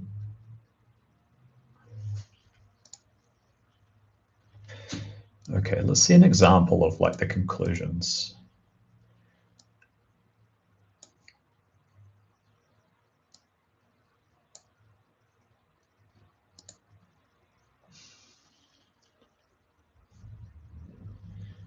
All right, so here's an example.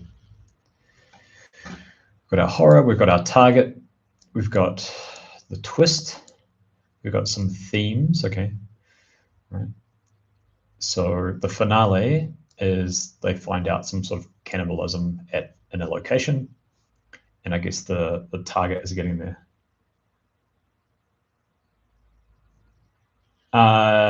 So yeah, I'll recap a little bit. Yeah, let's do that. So, are you familiar with hull breach? Are you familiar with that? And then I know where to start. Yes, sorry. Yep, I saw the second part of your question. So yes, it is part of hull breach. It is on page 40. Okay, so you know it exists. Okay, so yeah, hull breach. It's a collection of lots of different things. It's really great for campaigns if you want to like create and generate some things for it. There are some things that are just ready to use. So there are some missions that you can basically pick up and run. So probably the most famous would be one called Vibe Shetty. There's another one called Roadworks that I've heard is very good too. And then other things that you can basically pick up and use is that they have some NPCs in here. They've got like corporations. So if you wanted to like, oh, I need a faction, is that there's like some factions that you could take. And so this particular part is designing an investigation. And so for my campaign that I'm preparing for at the moment is it's a space truckers themed campaign. And I thought, it'd be kind of interesting if I can somehow weave into an investigation of some kind. So I'm not too sure if it will be like the main story arc, or will it be like a little part of the story, or something else. So I'm not too sure how it will play out, but I was curious to try it. Yeah, so much stuff. Like you might not be able to, you can't see it, but Hull Breach has like over 200 pages. So hopefully that gives you an idea of like it's almost like this anthology of a whole lot of stuff together. So I highly recommend it to pick it up. If you want like a little bit more information about itself, then I've actually got a link in the description below for their Anodyne printware, who are the same people who've done Moonbase Blues, Picket Line Tango, Dinoplex, lots of like these really fun, like some of them are pamphlet scenarios, some of them are like modules. But yeah, this is like, this came out a while ago, so I'm not too sure how many years ago, but yeah, it's really, really great. So what I was doing, I'm not too sure at what point. Oh, cool, man. Oh, awesome. I'm so pleased to hear it. That's awesome. So how many people were you running it for?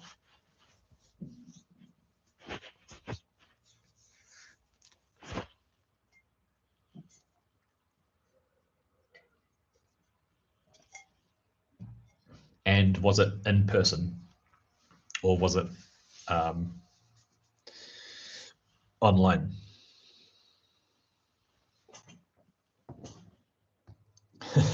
I'm aware I'm just like making you madly type, so I apologize for that. Mm-hmm. Oh, cool. Nice. Great. Yep. Yeah, two's kind of a nice number anyway. And yeah, and if you have like an NPC, or you can even like give them like two PCs as well. It's another way of doing it. Or something that you can also do is in Mothership, you have this idea of you might have seen it right towards the back of the player survival guide. There is a like contractors as well. So like someone might, what would you call it? Someone might have a contractor that they legitimately control rather than like another PC. So yeah, going to do it with 5. Okay, cool. Yeah, 5.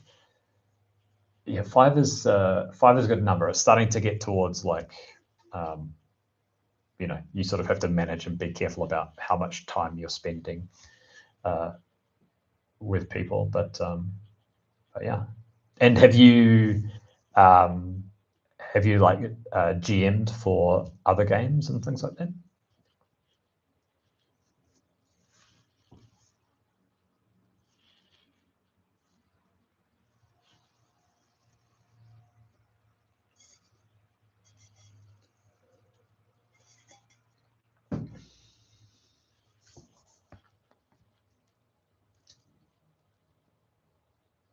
Yeah. Oh, that's awesome. That's awesome to introduce new people. Oh, and well done. Our first time. Awesome. That's so cool, man. That is so, so cool.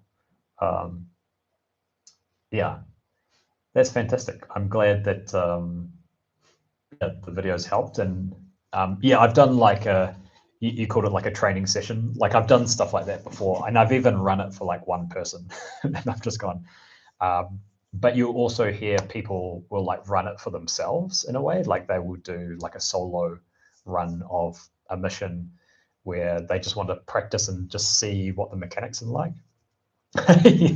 In time, this is true. Um, but yeah, you'll hear people like run things solo just to get an idea of like, okay, if someone walks in here, what happens? And you know, there might be like a strange mechanic that you're not sure how it will play out, but you know, just from reading it, you might want to, you know, just like see what would happen in that particular room or whatever. So, like I said, what I was doing here was for a campaign that I'm running and looking at like these investigations, and I wanted to incorporate an investigation somewhere in my campaign. Yeah, playthroughs are great. Playthroughs are so, so good because it allows you to think about why they did a particular thing or how they did a particular thing. No, you're all good. Like I get bored talking to myself, so it's totally fine. So don't feel like you're sidetracking. It's meant to be for like participation and stuff like that. So also if there's like rolling on particular things, like in many of these creation tools, often you are rolling like a D10 or D100 for something. So yeah, if you see that come up and I ask for one, feel free to like just throw the number in the chat, and then I can like co-create whatever comes out. So yeah, don't worry about that. So yeah, within Hullbreach, this is about like maybe 8 pages in total, I think. So on these first 2 pages, it talks about what would be like some general things to keep in mind. No, all good. No worries. Not forcing you, of course. So yeah, these first 2 is just like some overall things to keep in mind. And then on this next page, it talks about like the steps to making an investigation. So I was like walking through these. So you like roll for a twist and a target, which are on the next pages. And then you fill out this. Oh, all good, man. All good.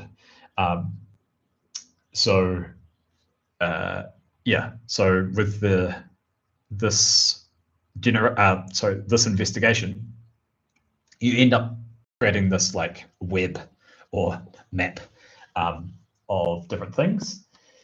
And yeah, so actually on the next pages here, you've got horror, twist, target, clues down the bottom here. And there are a couple of like this table here as well. So what I had rolled up until this point was well, what myself and a couple of others had done. So we had a horror that is synthetic and a profit of some kind. The twist is that there is a setup and the target. So the target that the people want to go grab and get back. Yeah, I think, yeah, the tables, you'll find lots of tables in different modules, and some of them are quite unique.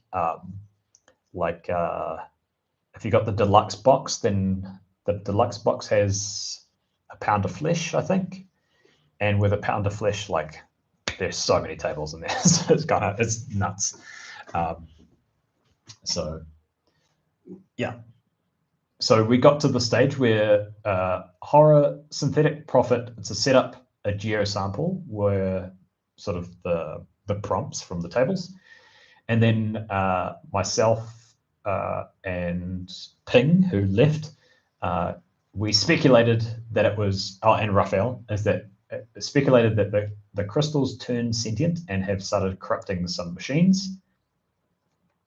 Then the next stage was to put together some sort of finale. So the finale includes the twist, so it's a setup, and there's the horror is protecting the crystals. So which is this synthetic profit. And then the next stage was like the conclusions. So I'm at this stage at the moment. I'm coming back to that. Then we had to roll on some different clues. So if we go down here, so on these tables, there's some different clues, valuable information used to lead the crew.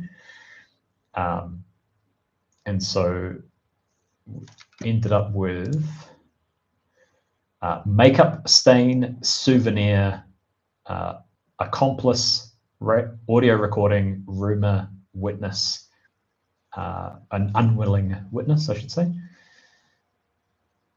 So that, going back to this map back here.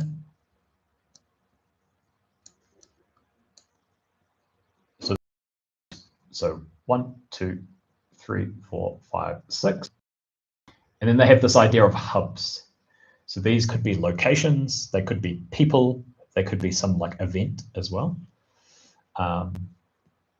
So the hubs that put together. So hub 1 was I like rolled on the clues table, no, the targets table, and that would give you inspiration. So it came back as like boss. So I was like, okay, this could be a manager's office or the boss themselves or some sort of press conference. And then number 2 was biomod. So, yeah, maybe it has the ability to record, which is alongside this audio recording, which reminded me of this module that recently came out called An Ear for Trouble, which is, it has a scenario and it has this basically like this device that you might find during your missions or something like this. And I sort of just guessed that it belonged to a former accomplice, and it is in like some sort of trash heap or some sort of android morgue type place. And then the last one, the inspiration was just drugs as the prompt. And so I just guessed, you know, some pretty standard guesses here. So pharmacy, doctor, pharmacist, drug dealer, drug den. And so those are the hubs. So those are those 3 larger parts here. And then I had to come up with like, who is the client? So who has sent the crew to do this? And so because of this, like corrupting machines, I came up with 2 ideas. One, which is a manufacturer who's been targeted by the corrupting crystals on their machinery, and the boss figure in this hub 1 could be a competitor. And then number 2 idea was corrupting machines on a particular station, and the client would be the owner or whoever's in charge of that station. And then after that, you generate clues specifically from the client that start you off. So if you're looking at this diagram, it's in this top left here. So the client sort of feeds you some information to go, well, some leads, right? So we've got number one, so suspects a competitor. So that was one that sort of just felt really like natural to go with the one matching up with hub one. So that would be, if we're calling this one hub one, then that would be the clue there from the client. And then we've got, witness missing. So I've rolled that one, and then I rolled this matchbook. So matchbook, I wasn't really sure about how to include it, because we've got the witness missing is, this biomod. So maybe that Android that got destroyed, that this particular device that has the recording was the accomplice, and could maybe put them as the same person as the witness, or something related there. Maybe it could be two different things. And then the matchbook is some sort of like lead towards,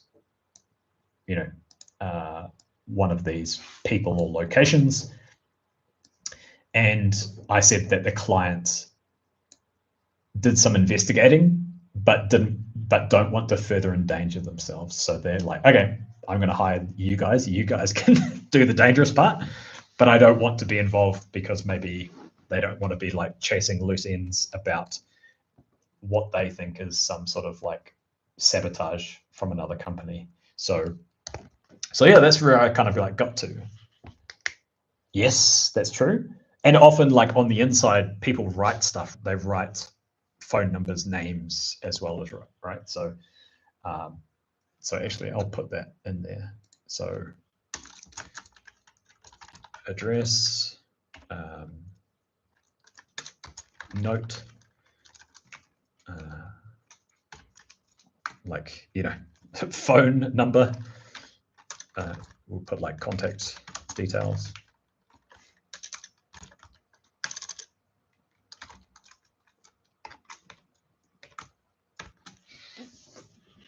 So yeah, so this is where I got to.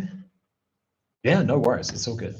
So that's where I got to, and then the last thing here is like, basically just says flesh it out, add more detail. So you could quite easily sit here for quite a while and figure out, okay, well, how does the makeup stain link to the boss, and how is that a clue? And so yeah, the thing here was the conclusion. Hello, dog. You want to get out? So yeah, that's where I got to. Right, just a sec. I'll let her out.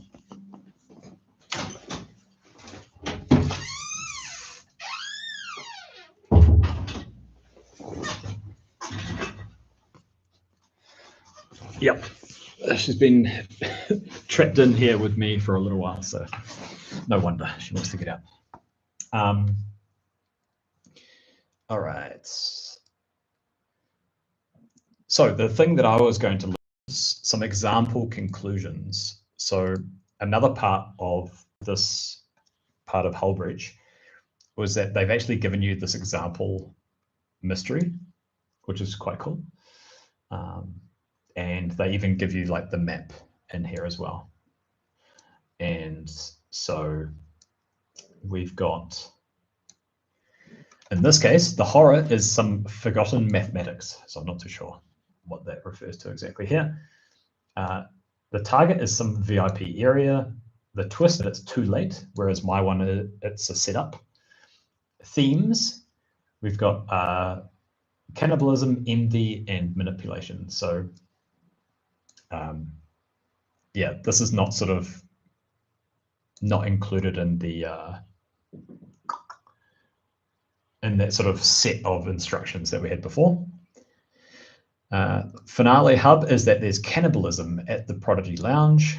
Details are that So this is your like fleshing out what is happening at the end. And in my case, very briefly, it is some sort of protection of these crystals, whatever that might look like.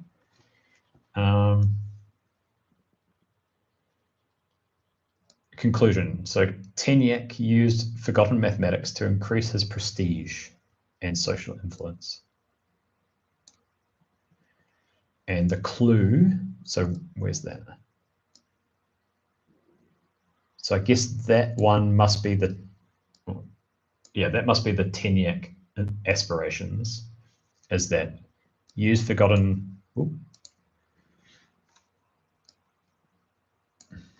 I had that perfect. There we go. So use forgotten mathematics to increase his prestige and social influence. So I guess that's the aspirations part down here on the map. Clue, ancient transmission with supplementary. So that's the audio. Okay, so that's there. So that's the journal there. And then Denta. How does that get in there? Oh, that might be the unreliable witness, I guess.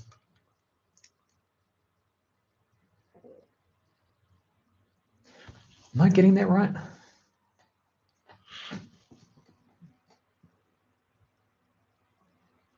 Tempest?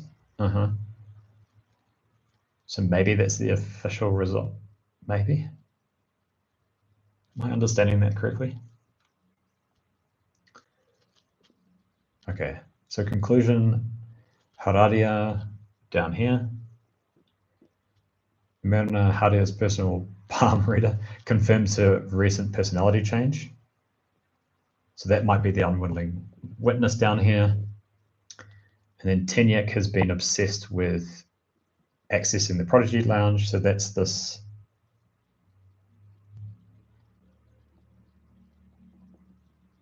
I don't see where that gets there. Yeah, true.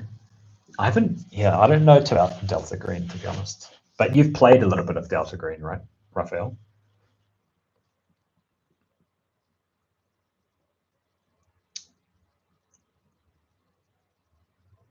So Tenyak has been obsessed with accessing the Prodigy Lounge. But then that says academic status. But I would say, and then you got the makeup stain on the shirt, which is coming from here. Nice. Yeah, I wouldn't mind giving it a go. It'd be quite funny. It'd be quite a lot of fun, I think. Because that is Delta Green more, is that Lovecraftian, that sort of stuff, right? Or have I got that wrong? I kind of mix up some of these systems sometimes. Okay.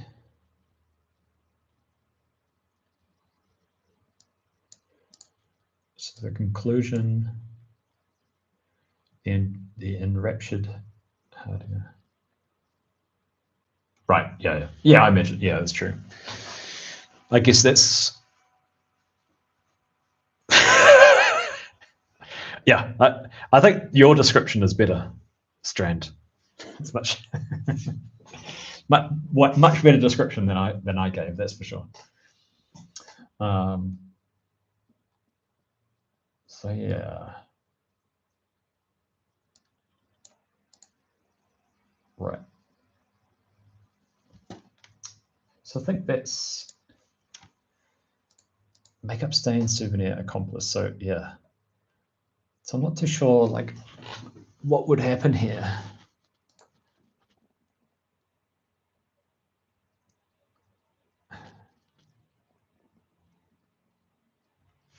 So maybe the recording and the witness,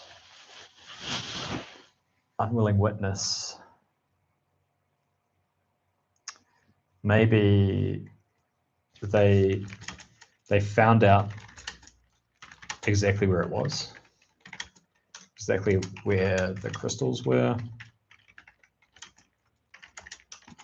and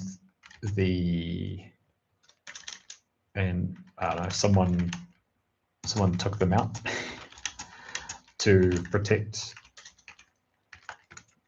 the secret location, but the audio recording reveals it.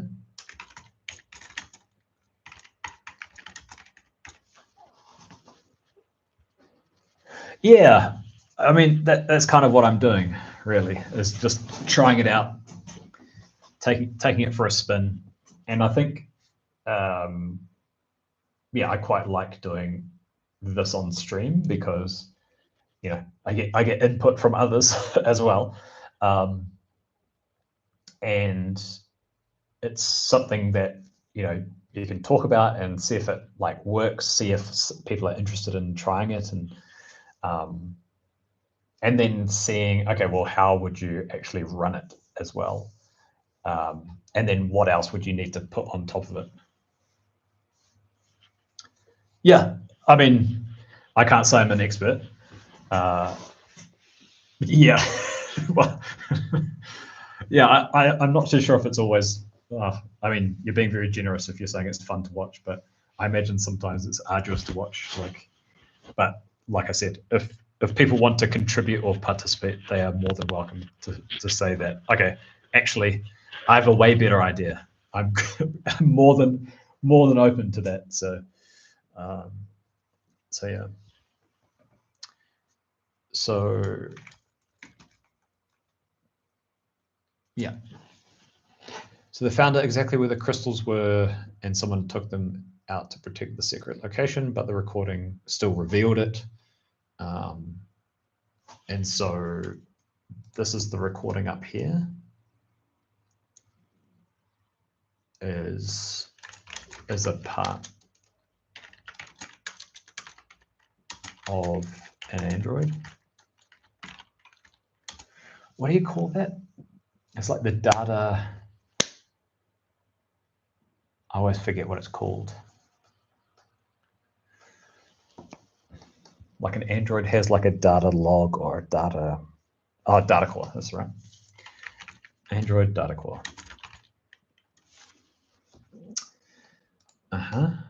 And the rumor has to come from someone else. From someone else. So how does the rumor figure? Yeah, could be maybe. Logic core. Thank you. Better. Android logic core. Yes, the benefits of running something very recently is that you remember these things. So yeah, thank you, Strand.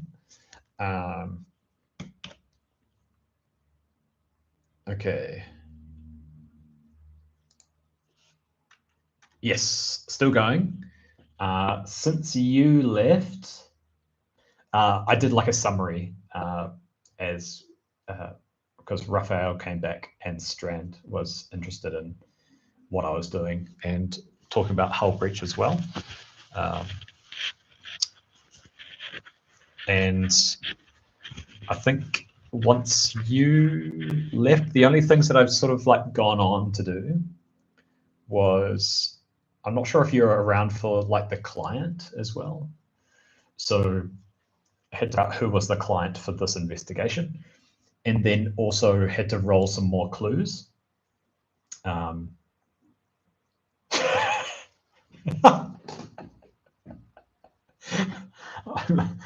not trying to like twist your arm, but I mean, let's just say it would be a worthwhile resource. Let's say.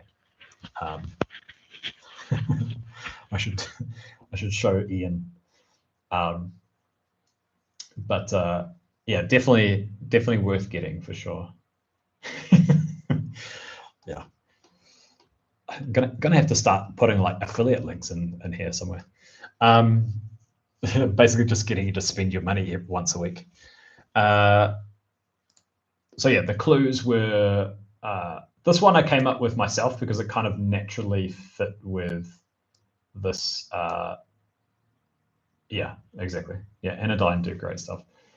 So sorry, I had to choose a client. So the client I was guessing was that there is a manufacturer who's been targeted by the corrupting crystals, so their machines. Really? Wow. Okay, nice. Yeah, but yeah, there's so much more in here, and like I said, it's like, let me see, the page count. Yeah, so you can't see this, it's behind my camera, but it's 232 pages.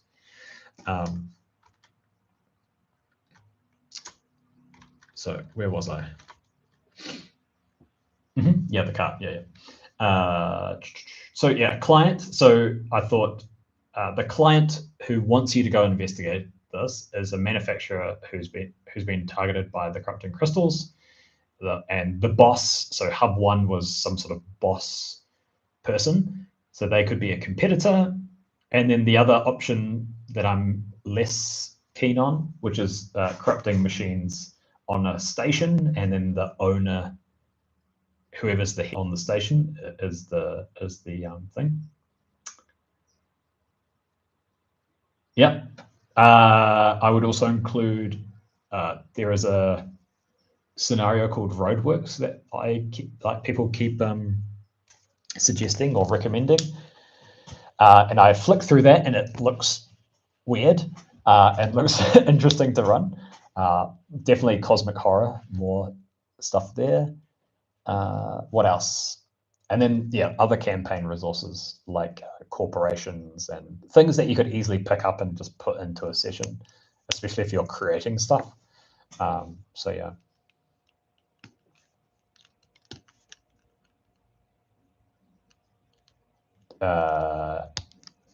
Yeah, I think Nobody Wake the Bugbear did a playthrough of Vibe Shitty. I don't think I've seen one for Roadworks. I don't believe so. Yeah. I don't think I've seen. Ping was saying that there's 6 scenarios in there, but I haven't. Well, I don't know. Like, I can't say I've even like looked hard at some of the other sessions, so other scenarios. So I'm not too sure if I've actually seen another one or not. But I don't think so. But yeah.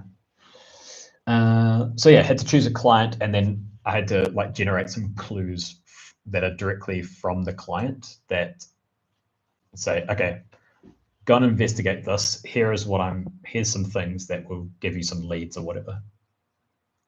And then the sort of like the final step is of those steps that I was going through earlier was yeah. That's I don't think I've seen the other ones mentioned. So yeah, now I'm sort of filling in these conclusions. So how does someone take these clues and then get to some sort of conclusion that would fit in with like the mystery here? Like, how do they get to the end? So I'm just looking at these conclusions here to get some sort of some inspiration. So this is an example investigation that they've also got in the module.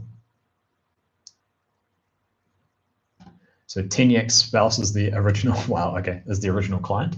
It's interesting. Request a meeting. First suspected affair after visits from Ivanov and the Inquisitor. Now fears something worse. Yeah. Okay, so that's kind of cool.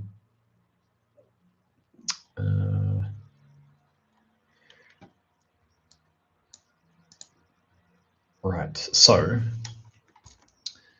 in our thing, we have a conclusion telling where the thing is. Now we need some sort of conclusion that tells us.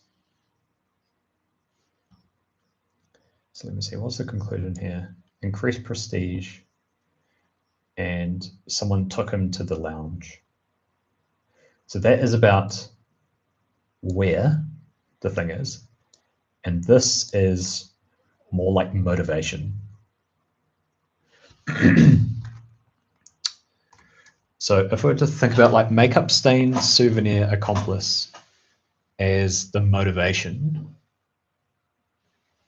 so how could those things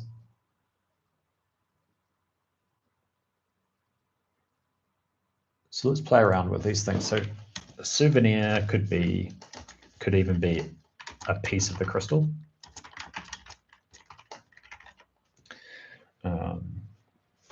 Accomplice, so that could link to the makeup stain, maybe, or where they went. Makeup stain.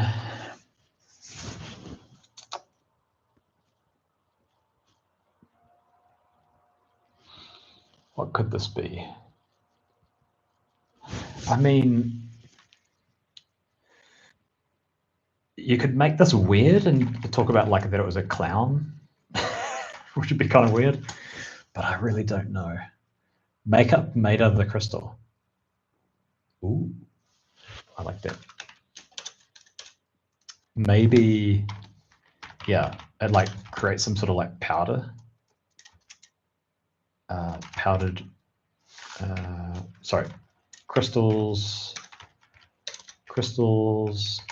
in powdered form. Yeah, exactly. That's the whole thing. You just got to make it memorable and just a bit weird. So if if this was powder, so maybe that is enough to corrupt. That could be quite cool. Is that the makeup stain is not makeup at all. It is just powder. And the powder, if you put that into the ports, that is how it corrupts the machines.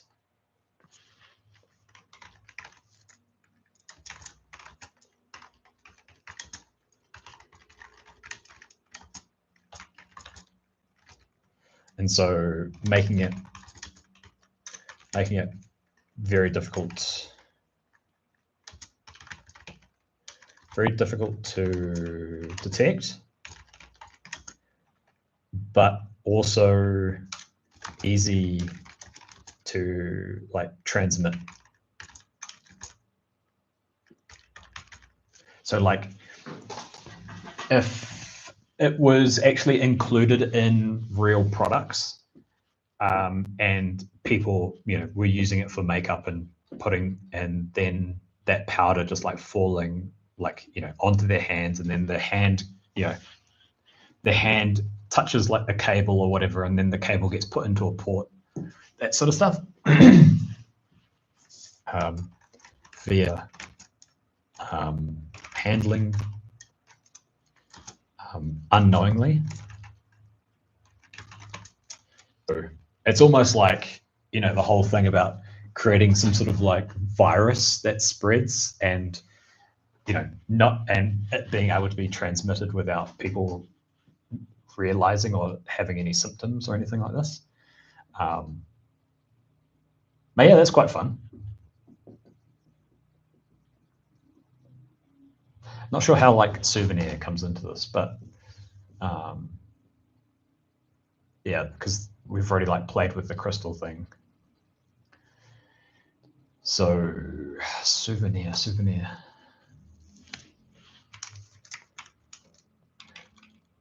So I think the accomplice.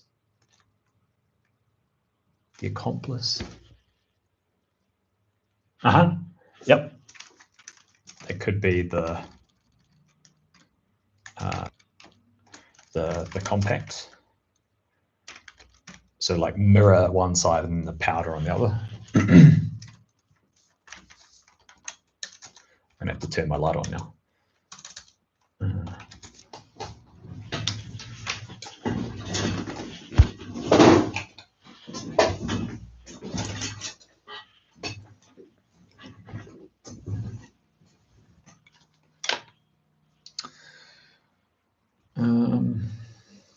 Okay.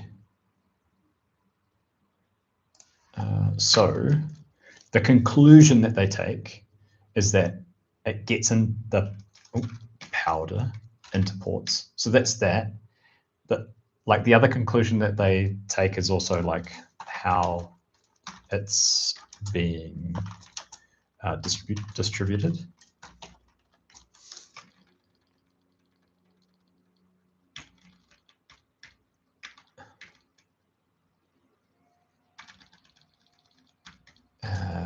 Is said via the audio recording. Is that right? No, audio recording is the second one.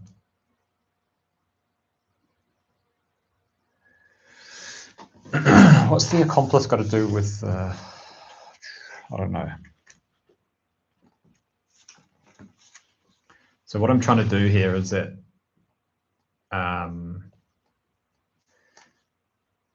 if I go back actually to this other diagram, it's a little bit easier to show. What I'm doing here is that we've got these two conclusions here that lead to some sort of finale.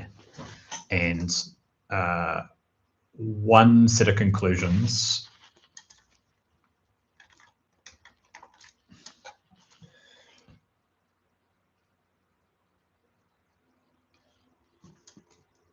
so like conclusion 2. So over here, this one is like they found out exactly where it was through the audio recording. So that's like a combination of these 3 clues, 1 from hub 2 and 2 from hub 3. And then we've got these 2 that come from the boss or the manager's office or something like this. And then, but this one has like, it says biomod. So why would finding this biomod give a clue about an accomplice that is, I'm not really sure how to tie those things together, unfortunately.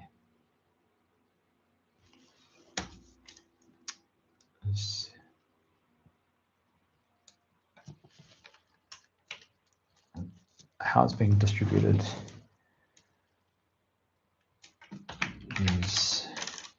is to be tied in.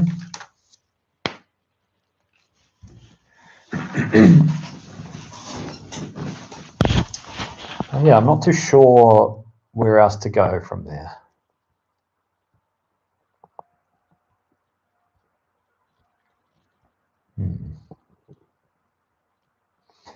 Yeah. Oh, I'll think of something at some point.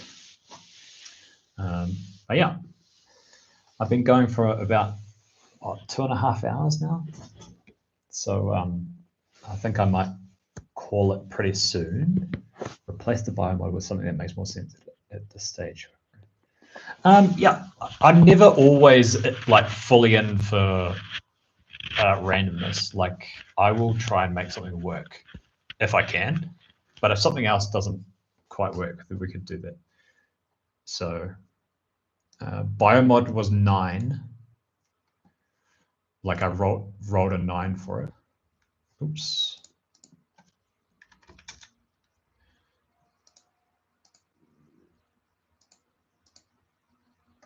So that's the other thing, is that we could always like go back to this table here, which was here. So we had 9. So 9 could be employee or black site. So it would be like changing that hub, person, location, whatever it was, to being something that kind of works a little bit better. But yeah, thanks for sticking around. I think I might call it there, just because I'm getting a bit hungry. And after, who was it? I think it was Raphael that was talking about food as soon as I entered the stream. So I've managed to hold out until now. but thank you for hanging around and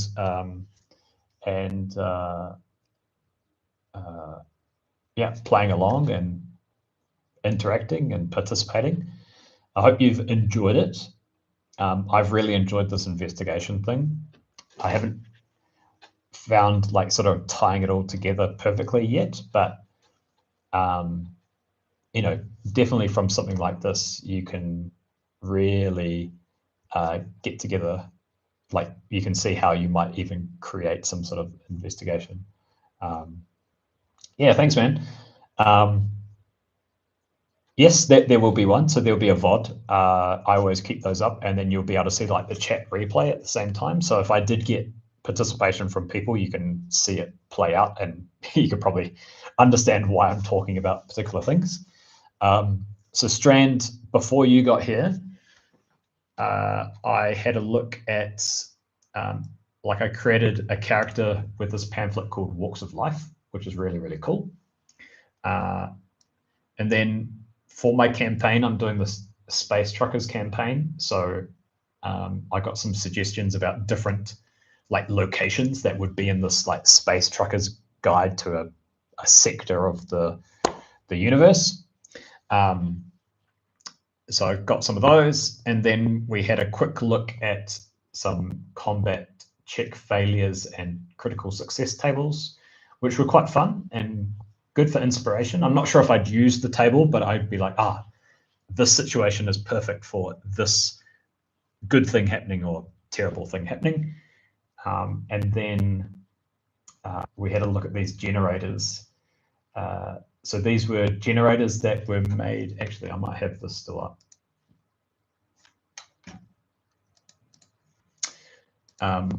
These generators that are centered towards this alien RPG as well as Runner.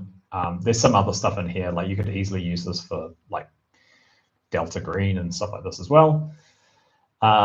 And so the main one that I've used a lot is the systems generator, and it just generates you this image like this, and also gives you a whole lot of details about the other moons, whatever planets in the system. And you can do a little bit of customization about like the name of the star, name of the planet, and name of the colony. Oh, cool, nice. And then there's a couple of other ones in here that were quite fun. Like there's a job generator, which is cool. And there's also in Blade Runner, and this one here, there's like an NPC generator, which, you know, if you desperately needed something really quick, and then you could have something. And then I think that was it until, yeah, and then I went into this generating investigation thing. So that is, yeah, so take a look, and of course, like skip around whatever sort of suits you, and I'll put timestamps in it as well. So if you do catch it a little bit later, then it'll give me the chance to put those timestamps in as well. But yeah, thank you so much for hanging about. And as always, any questions, let me know. And also, if you want a copy of this, like my really, really rough notes of the investigation, you can find me on Discord if you want, and I can send you it as a note. So let me see here.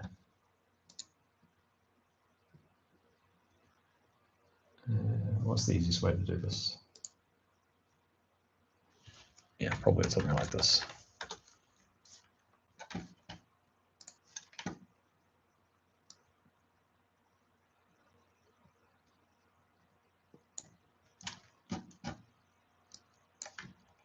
So yeah, this is me on Discord. So yeah, you can pick up the username and go from there. So if you've got any questions, just give me a shout. I'd be happy to answer. If you've got, even if it's like you're curious about like a module, or you're curious about some advice or whatever, then yeah, more than happy to answer any questions. And yeah, it's been a lot of fun. Like, thank you for participating, and we'll see hopefully you guys later. I'm thinking of doing a stream on like around midday on Saturday as well. Cool. Around midday on Saturday, just because I haven't done one on a weekend, and it could be a little bit of fun, and see if we get some different people as well. Not saying that the people here are not great. It does require. Yeah, that's quite true. Yeah, yeah. For the other streams, it was fine, but now it's paid. It's a paid service. No, definitely not.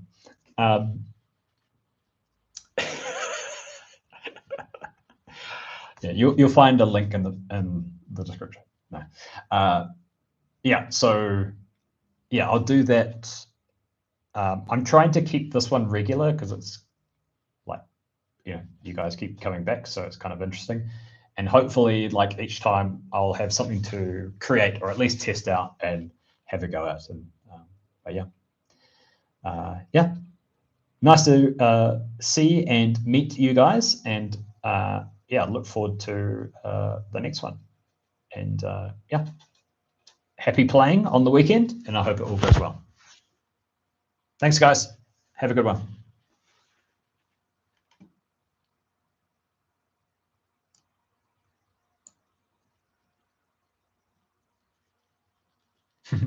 All good.